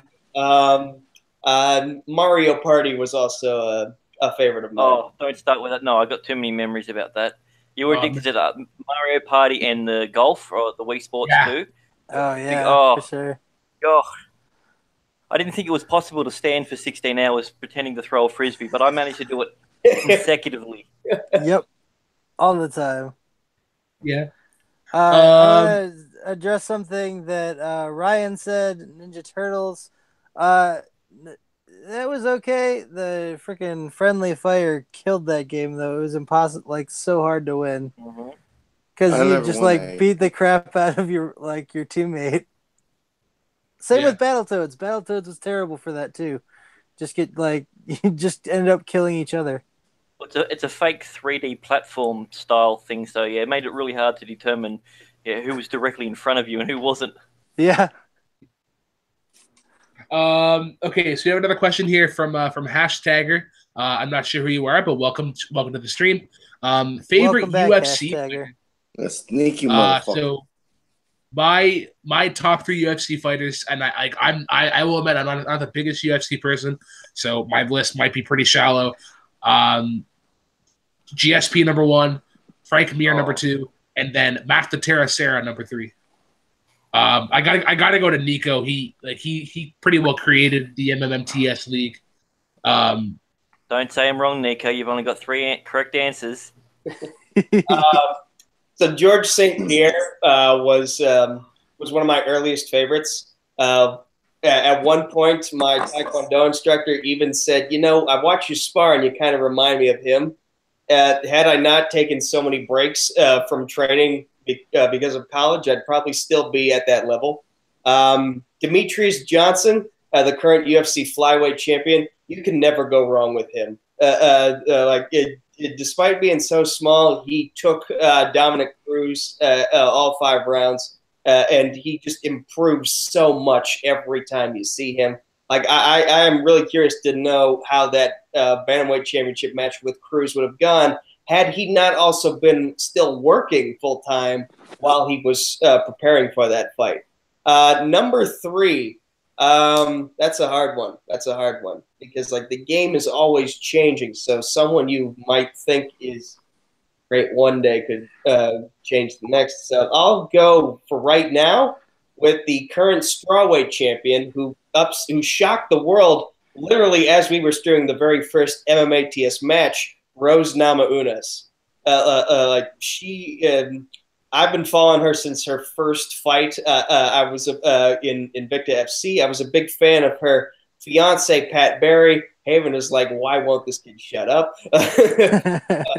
I just love Rose, and I'm so happy that she finally got the title, and I look forward to seeing where she goes as champion. Yeah. My 3, I'm gonna keep it short.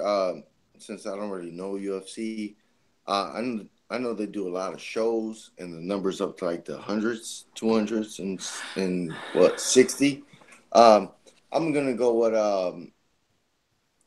Ken Shamrock. He was the first guy I knew about 12 years ago, when it was first started, and then he jumped to WWE. Ronda Rousey, because first female anybody talked about, and I'm gonna say our boy Sapp. I think Bob Sapp. Yeah, he fucking beat the shit out of a lot of dudes, man. But when the mixed martial arts formed, he was too big for his own good. But he beat Captain the shit Tap out of Out. dudes. Yeah. Yeah, I don't really watch the matches weekly or monthly, and I'm from my knowledge, that's those 3 was biggest impacts for me. So he put on good matches, but yeah. But lately, Bob Sapp, whenever you see him fight, he's just there for a paycheck. So he's like, okay, sign the contract, bell rings. Tap right on that. Tap out. I'm not talking about now. I'm not talking about now. I know there's been a lot of guys that are better, but to me, it's where it began, I don't know. Yeah. No, for sure. Yeah. Caleb, who are your favorites UFC? All right, so mine are kind of an all-times list too. I'm not super up on who's active right now. But guys that have been my favorite, I think Clay the Carpenter Guida was one of my favorites to watch a few years ago. He was awesome. And then Randy Couture is always a legend, and I love watching his matches. And number 3 is a tough one. I either want to put Marlish Conan in there, because she was my favorite thing to watch ever on like Strikeforce and things like that. But if we're talking just UFC, let's go Chris Cyborg. Chris Cyborg is a lot of fun. Good choice. All right. So next question. I'm trying to rotate them. Do I not get a chance? Oh, Grant. Sorry. Oh, come on, man! Like, geez, I've been waiting in the wing. Oh, sorry. I thought Pennywise was taking over here. No, my camera's died, so it's overheated. So all right. So I'm gonna break it down like this. I think the most underappreciated / greatest female fighter of all time is Miesha Tate. Everyone gives Rousey credit for bringing the women into the UFC, but it was her fight against Tate that showed how tough women could actually be. They got they got it in there. That's why I've got her. I've got to go for my homeboy here, Robert Whittaker. You know, bloke that got knocked out by Stephen Thompson in welterweight, moved up to middleweight, and fought beast. No one wanted to fight Romero, and he's the only bloke to do it. And he did it for 3 rounds on one leg, and beat him to win the title. 5 rounds. Yeah, no, I'm saying like he lost the first 2, but he won the last 3. So he won the last 3 rounds on one foot, on one leg. He did fight 5 rounds, but yes. And to me, the greatest fighter to ever exist, the one that embodies everything that's perfect about a UFC fighter, got the vibrato, got the attitude, got the power. No longer a champion, is Joanna Jacek. She is the greatest fighter, in my opinion. I love everything about her. Even when she loses and she's still cocky about it, that's the best thing about it. And also, I want to give everyone props for not one person mentioning Conor McGregor. That's a big double thumbs up by me. Also, if I'm surprised nobody mentioned Brock Lesnar. Steroid ass. Jesus Christ. Also, if anyone's looking for like an up and comer who's still kind of getting their name out there, if anyone's looking for one of those kind of fighters to watch out for in the near future, I've had my eyes on a Brazilian in the middleweight division by the name of Thiago Santos. He's got striking. He's gotten quite a few wins under his belt lately, and I think eventually they're going to give him like a top 10 opponent, and he's going to really get his name out there. No doubt. Okay, so the next question, I'm just trying to rotate it so that like we get a question from like at least one person. The next question comes from Sean. He asked us what director has I'm just trying to get it here word for word. What director has your favorite body of work? And to me that's that is going to be David Fincher, specifically with his work with Aaron Sorkin, like Social Network, Moneyball, that kind of stuff. I'm going to go reverse order. Caleb, what director has your favorite body of work? That's tough. I mean, my initial like knee-jerk reaction was Tarantino, I guess. In my opinion, I don't think he's made a bad movie. But he kind of skirts that by, making movies that are like genre pieces. So they're not like they're kind of like his version of this genre, So like Kill Bill is like the kung fu, and then like Jackie Brown is the like blaxploitation film. So they're all just his take on different genres. I mean, even The Hateful Eight, I thought it was a great movie, but it's just him doing the same thing that he does. Just happened to be a cowboy movie this time. So I don't know. I kind of have to think on that, but yeah, my knee jerk reaction was Tarantino. Yeah. All right, let's go to Grant next. What director has your favorite body of work? This has really got me stumped. Because there are so many. Actually, can you skip me? Like, give me a chance to think. Okay, Haven. Is Haven there? Haven. You there, Haven boy? Hello. Nope. Go. No, I think he's gone. Huh. All right. This question is hard for me if we're moving on to me because directors is not a specialty category of mine. It's one of my weak spots in terms of trivia competition. But I like Tarantino for sort of, but again, there's the same. Caleb just listed the reasons as to why, like, maybe not Oscar worthy because of like he has some tropes that he likes to stick in and sometimes flip on their heads. But at least when you see a Tarantino movie, you know it's a Tarantino movie. Absolutely. Off the top of my head, and like maybe if I looked at the entire list of every movie I've ever seen and who directed what, this answer might change. But I do appreciate Jon Favreau's work. Like Iron Man is a fantastic film. Iron Man 2 has retroactively been made into a good film by the stuff they've added in future movies that kind of justify the decisions that were made. For example, Peter Parker being that young kid that Iron Man saved from the drones. That's a nice little touch that they retroactively threw in there. So, but in terms of like non-superhero work, I love the movie Chef. Chef was a great movie. Yes. Chef was a fucking awesome movie. Love that movie. And I applaud Jon Favreau for not only directing it, but also putting himself in there and learning the better aspects of cooking. So he could like basically live the role and make that movie the masterpiece that it was. As the resident chef on the panel, I believe that I really related to Jon Favreau's performance as chef. I found a lot of me in him, and that was a fucking awesome movie. I know we're kind of getting off on a tangent here, but Grant, any thoughts on your favorite director?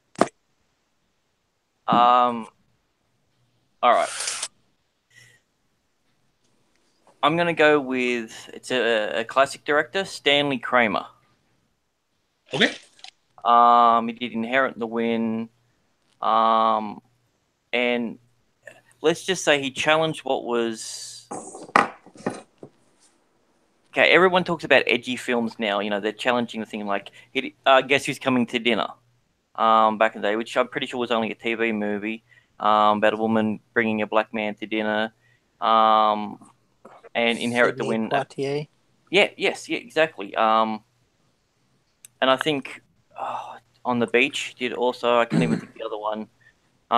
But I think for when it comes to genre-defining and world-defining things, I'm gonna have to go with Stanley Kramer. I think everything that he did was at the right time. And Defiant Ones. He was a producer on that, and he also, I think he wrote part of that as well. So that's why I've got to go with him. I'm going for more of a classic one. That being said, I'm pretty sure he never won an Oscar, but I think he was nominated for like 10 or 11. You know, it was one of those forgotten gems when it comes to Hollywood. For sure. Oh, and also shout out to Sean for getting me on to Inherit the Wind, because once he told me about that, I fell in love with the movie. Hell yeah. Nice. Haven, Haven. You got the best director? No, I don't have a best director. I love movies. If a movie's great, I love the movie. You know, if they have a body of work, but at the end of the day, I just love movies. I'm buying movies that I love. I don't give a shit who directed them. You know, if I love them, I love them. You know, so I don't really look at films that way. Okay, I've got one that I thought out a little more. Who is I think Mel Brooks is probably like one of my favorites too. He, like, every one of those movies that he's made is an instant classic to me. He makes insanely good spoofs and comedies.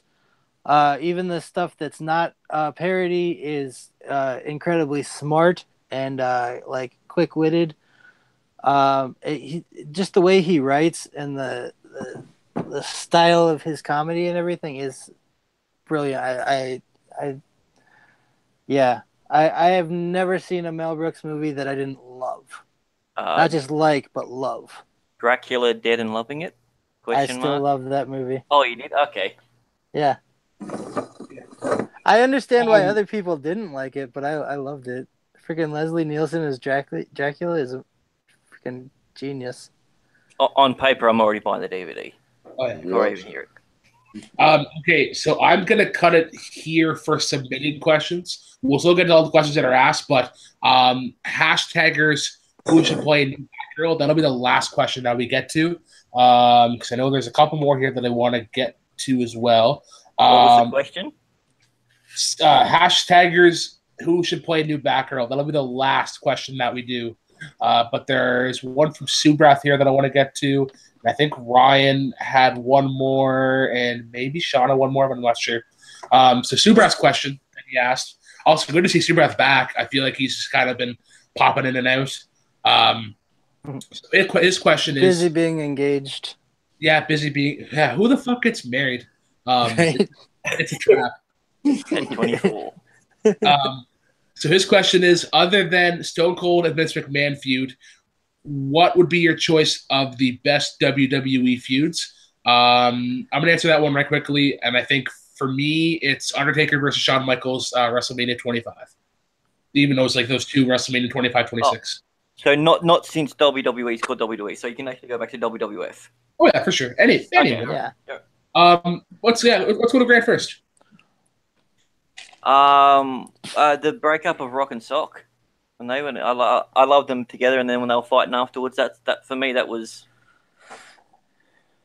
that for me that was the one that let's just say it broke my heart.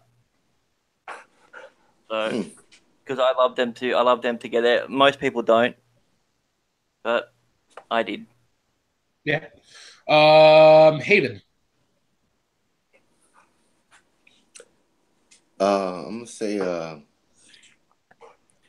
Bret Hart, Shawn Michaels will be like the epitome of the definition of this question. Yep. Favorite feud. All right. I mean, to kind of add to that, we don't get the villain of Vince McMahon without the screw job. So. Oh shit! I forgot about that one. What? Yeah, true. Best other than Stone Cold Vince McMahon, the best WWE feud. Are you going to me or Caleb? No, Nico.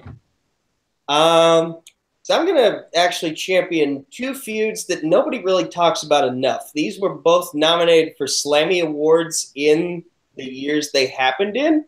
One is Sheamus versus Big Show for the World Heavyweight Championship back in 2012. Like, that was a very underrated. Nobody gives a shit about that. Oh god. That was underrated. I swear to you, that was underrated. Like, they had a very good match with the most simplest storyline, which was my finishing move is better than your finishing move, and yet I know people laugh at that, but there was just something special about that feud to me. Secondly, and I think you'll be more on board with me on this one, and that is the Shield and the Authority versus the Rhodes Dynasty. Like Dusty, Goldust, and Cody versus the Shield. I like that's really underappreciated in my mind. Like I know you guys are going for like the best feuds ever here, but I'm trying to be like a champion for the feuds that nobody really talks about enough.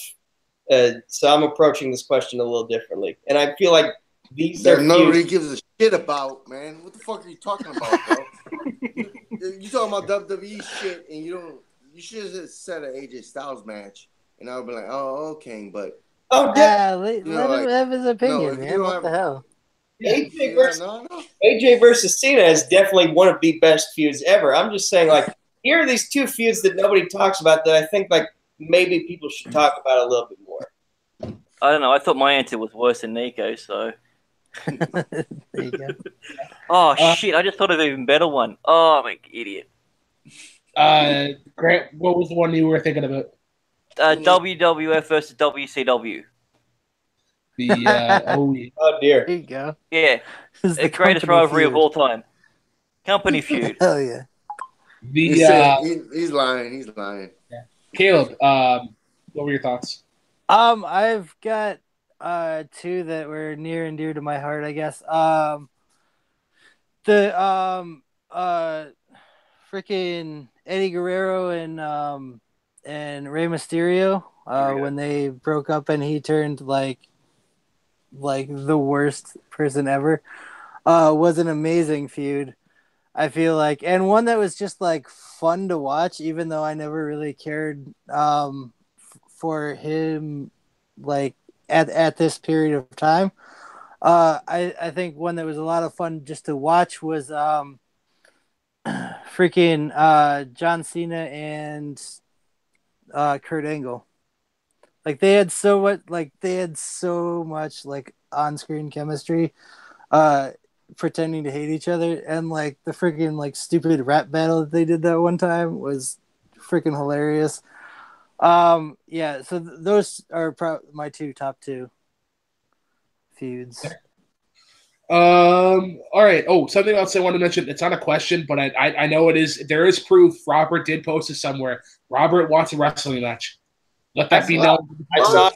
I saw that. I did. Robert I'll verse Robert in a wrestling match.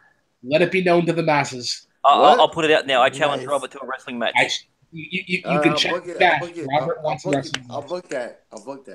Yeah. Heck yeah. I don't know which I know, but you said WCW. I see what Robert knows, so I can make it a fair match. Yeah. All right. So the next question comes, and like this is like a pretty well 180 topic. Next question comes from Ryan. What is our favorite board games? Nico, what are your favorite board games? I'm having flashbacks to one time me and my buds played Candyland, and my friend Drew had a complete freak out over I think his name was Plumpy. That was the character on the board. In terms of like favorite board games, Chocolate Swamp Guy. Chutes and Ladders is a personal favorite. I'm really good at checkers. I love checkers. Yeah, you know, if you watch Will Wheaton's Tabletop on the Geek and Sundry channel, there are a lot of other board games that I'm very curious to try. Yeah. Haven, what are your favorite board games? I like chess and I don't know, Uno, I guess. Card game. No, that's a card game. That's correct. Monopoly. That's a fun game. Yeah, Monopoly's a fucking long ass game. It's fun when you have the time. Yeah. Grant. Else. Has any of you played Settlers of Catan? Yes. Yes. I've played a lot of Settlers of Catan. I've watched other people play it. Oh well, it's surprisingly, it's actually more fun when you're playing it than when you're watching it. Yeah, it's a really strategic game. Who'd have thunk? Yeah. If not that, then Boulder Dash. Yeah. Yep. Okay. Yeah. Mashed potatoes.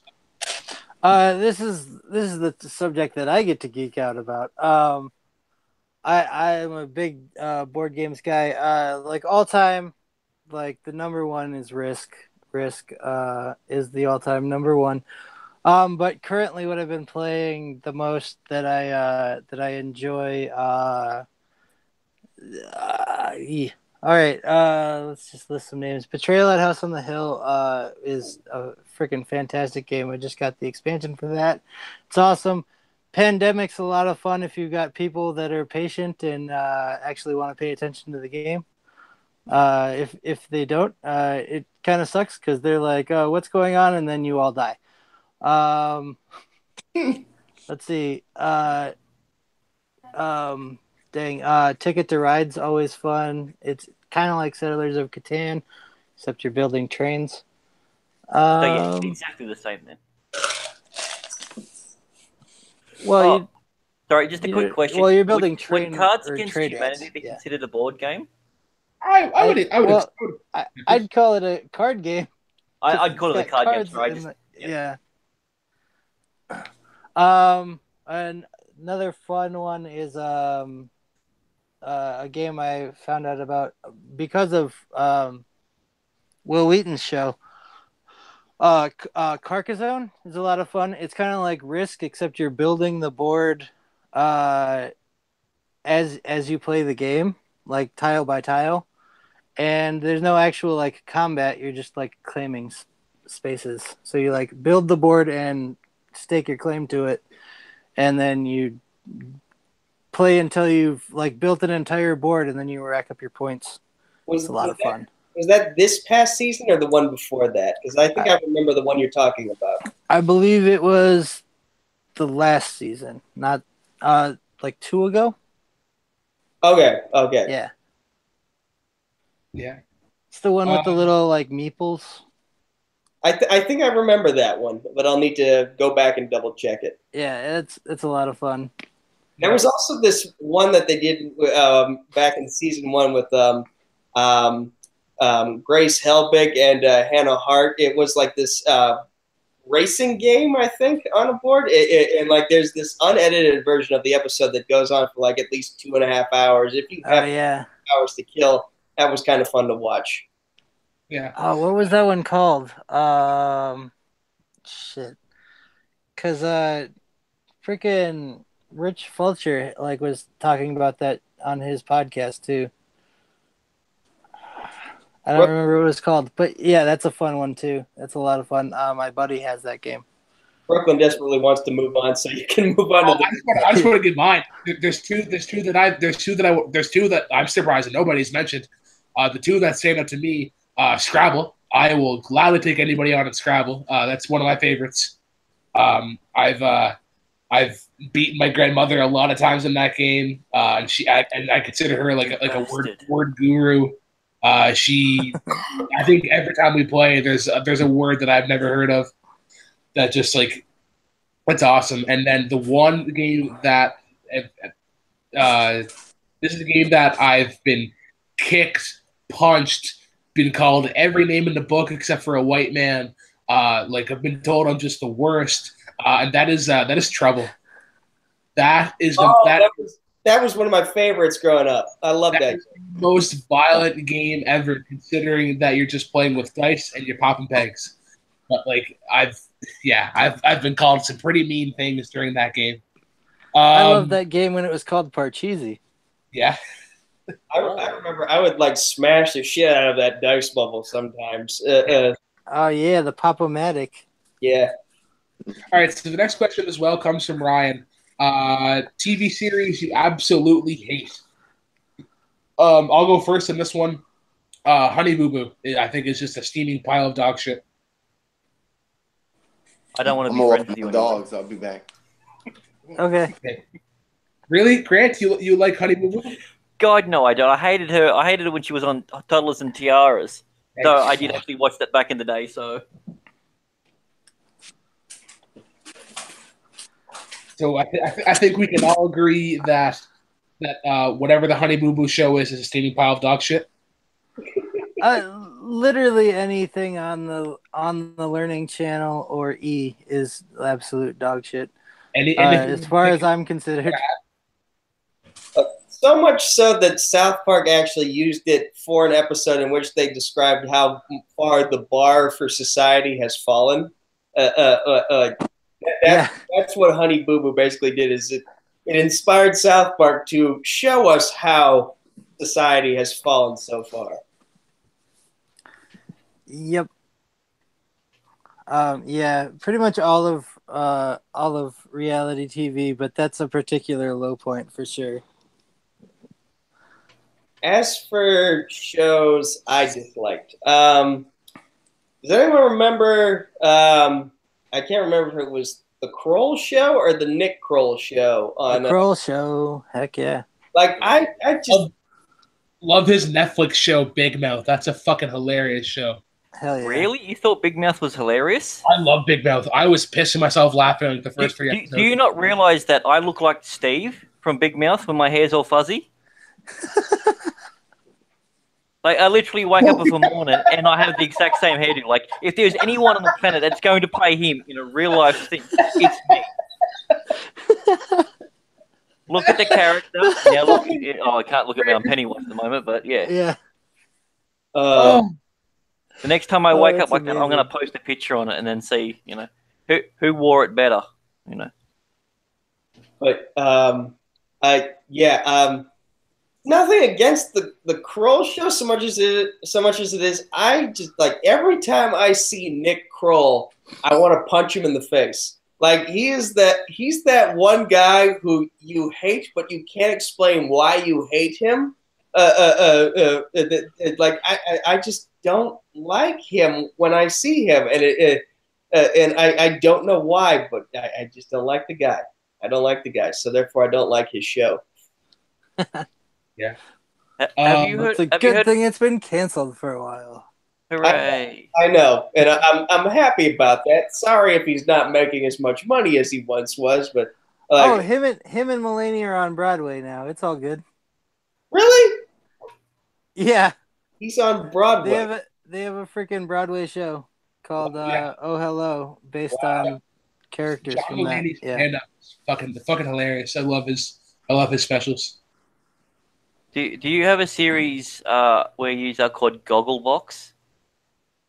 Gogglebox? No, Okay. I can't say I've heard of it. Think of like the Fine Brothers, the React, the React channel, but it's for normal TV, but mainly reality TV. So we're not just watching reality TV, shitty reality TV, Toddlers and Tiaras, Big Brother, but now we're watching people watching them. Watching people watching it. Oh, yes, geez, it's called Gogglebox. It is the most shit show ever.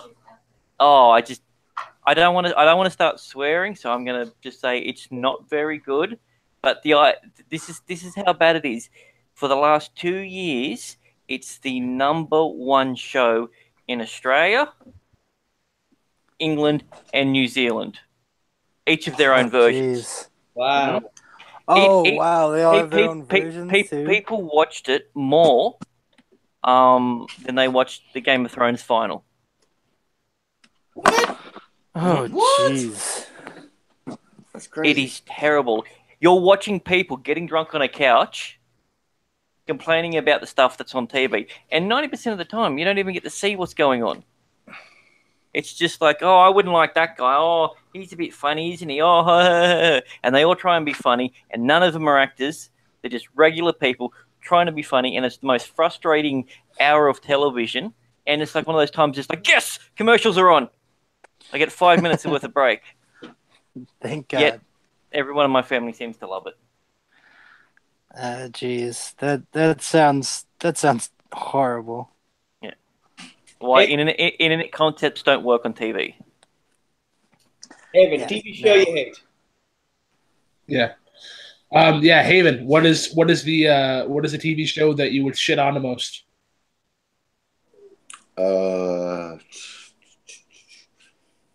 I can't think of one. No? No. Right. He loves all TV. All right. So the last question. I know for the stream we are approaching. We are just about the 2-hour mark right now. Which is average. It's a little over, but it's average.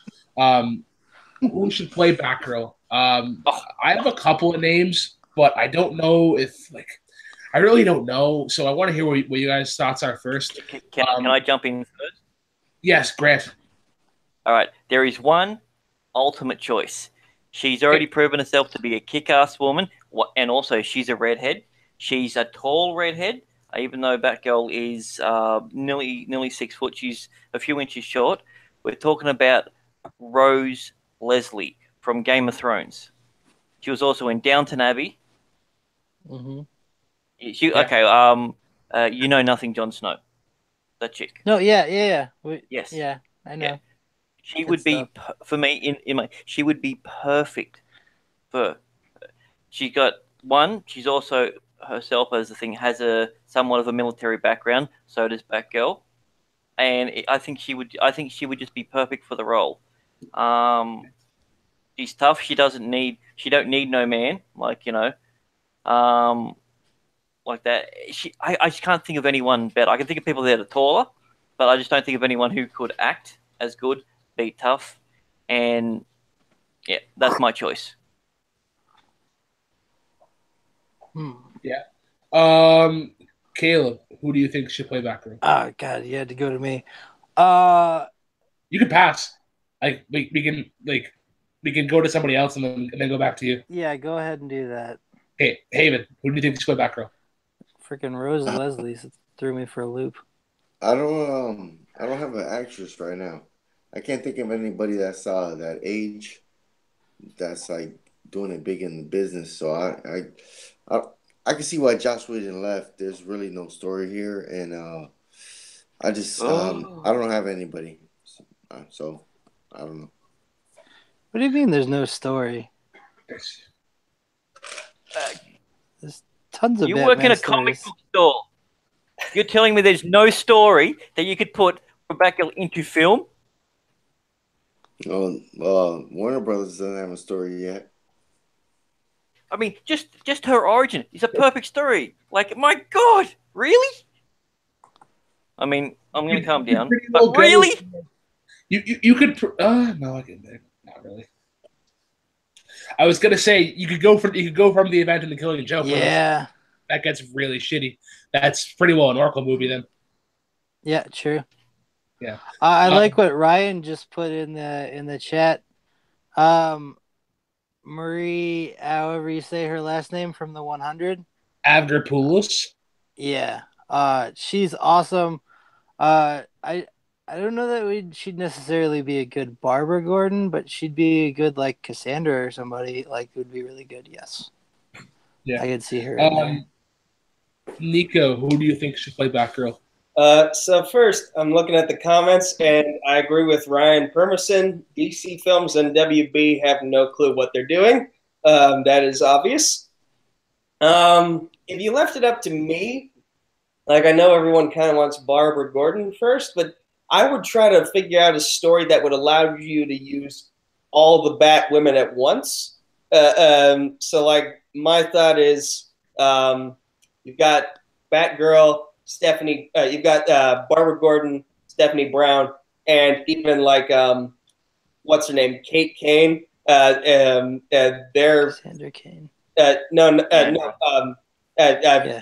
Cassandra Cain. She would kind of be like the antagonist. She's like this brainwashed child who, like the other Bat women, would be trying to capture, unbrainwash, and then convert to their side. To face off like this character I think is called Mother. I've been trying to follow this storyline along through Comic Storian's YouTube channel.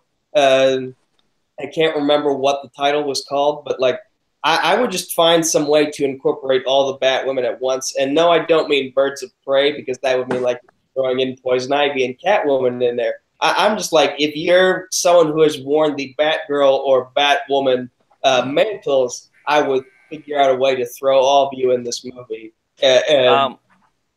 Sorry, can I just make a small adjustment? I made a mistake. I thought you were talking about Batwoman, not Batgirl. That's why I was arguing for a tall, redhead military person. And now everyone's talking about Batgirl. What was the original question? Was it Batgirl or Batwoman? Batgirl. Oh shit! Okay, well, yeah, I was arguing for Batwoman. Because Hayden said something about Joss Whedon left and everything, and I'm like, okay, Batwoman, yep, and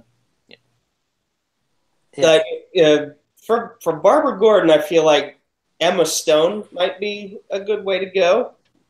Like she was at one point a redhead, so I can like picture it in my head, her making it work.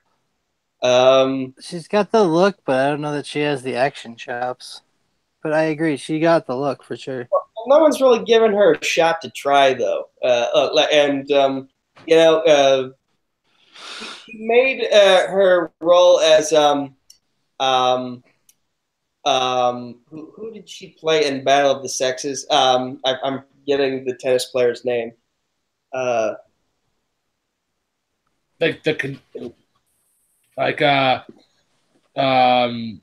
Wozniacki.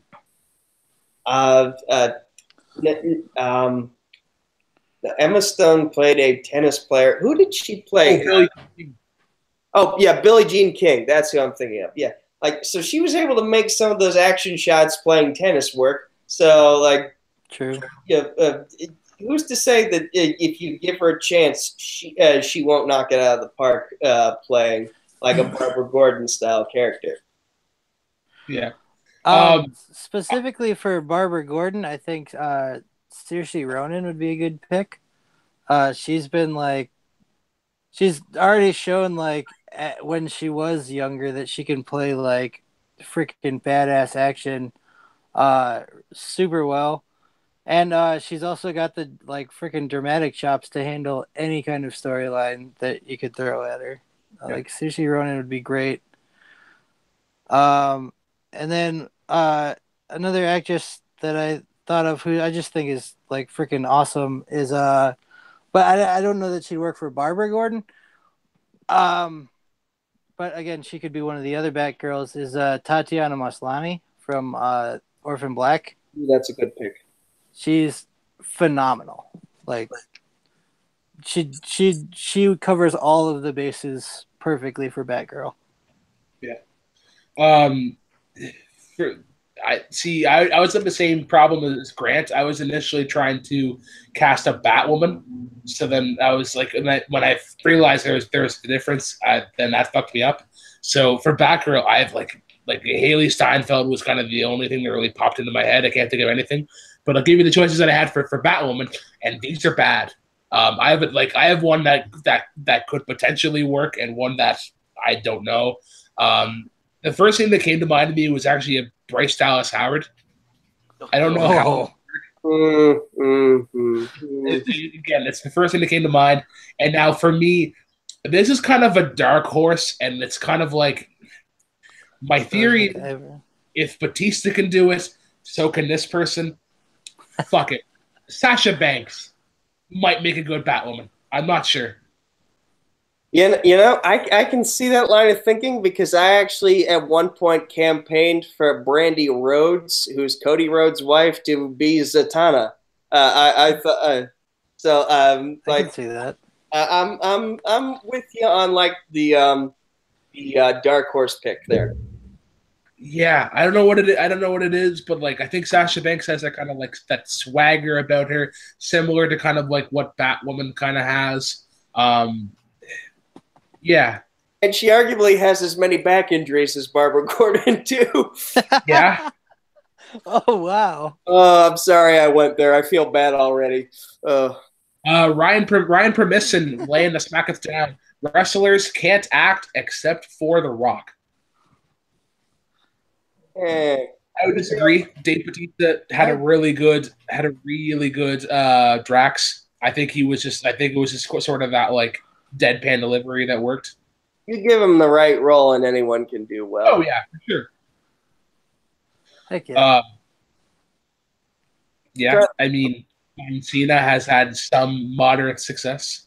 I'm trying to find the Batman storyline I was referring to when I was going on my tangent. So here, I'll find it in a moment. You guys keep talking. I'm just kind of keep an eye on the chat here. Kane is just getting to the part where he's talking shit about him, so that should be interesting to hear. I think it's at this point here that we're gonna wrap it up. We are officially at the. Are we still only at the 2-hour mark? Oh, here's the storyline. It was Batman and Robin Eternal. That's what I was kind of referencing. Okay.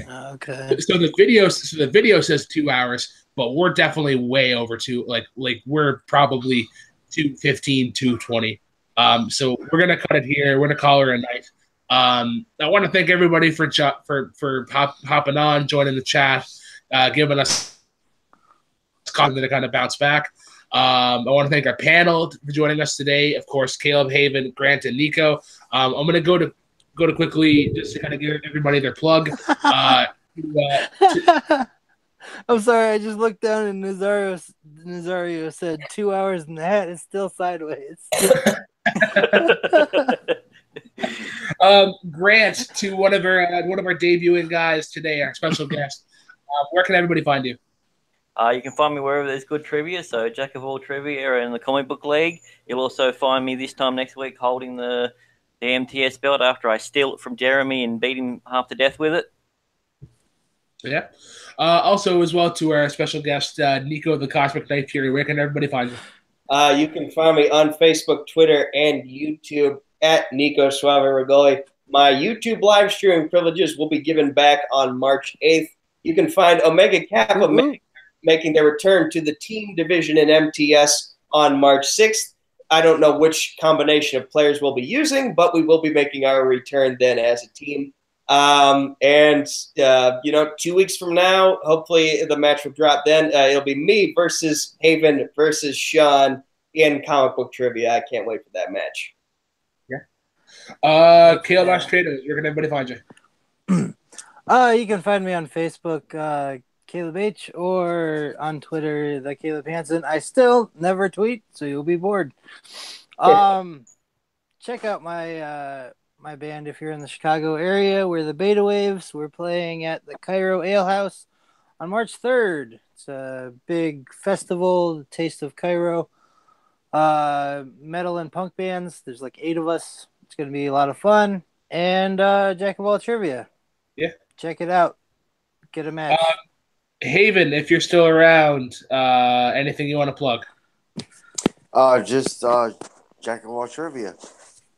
It's our mainstay. We are the best on YouTube behind the Showdown.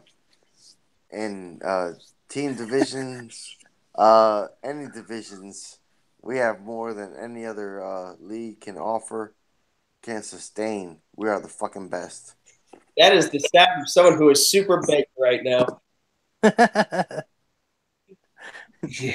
is not inaccurate. And I am the host, the Black Lantern Brooklyn Vail. Thanks for joining us, guys. Be sure to subscribe if you haven't already.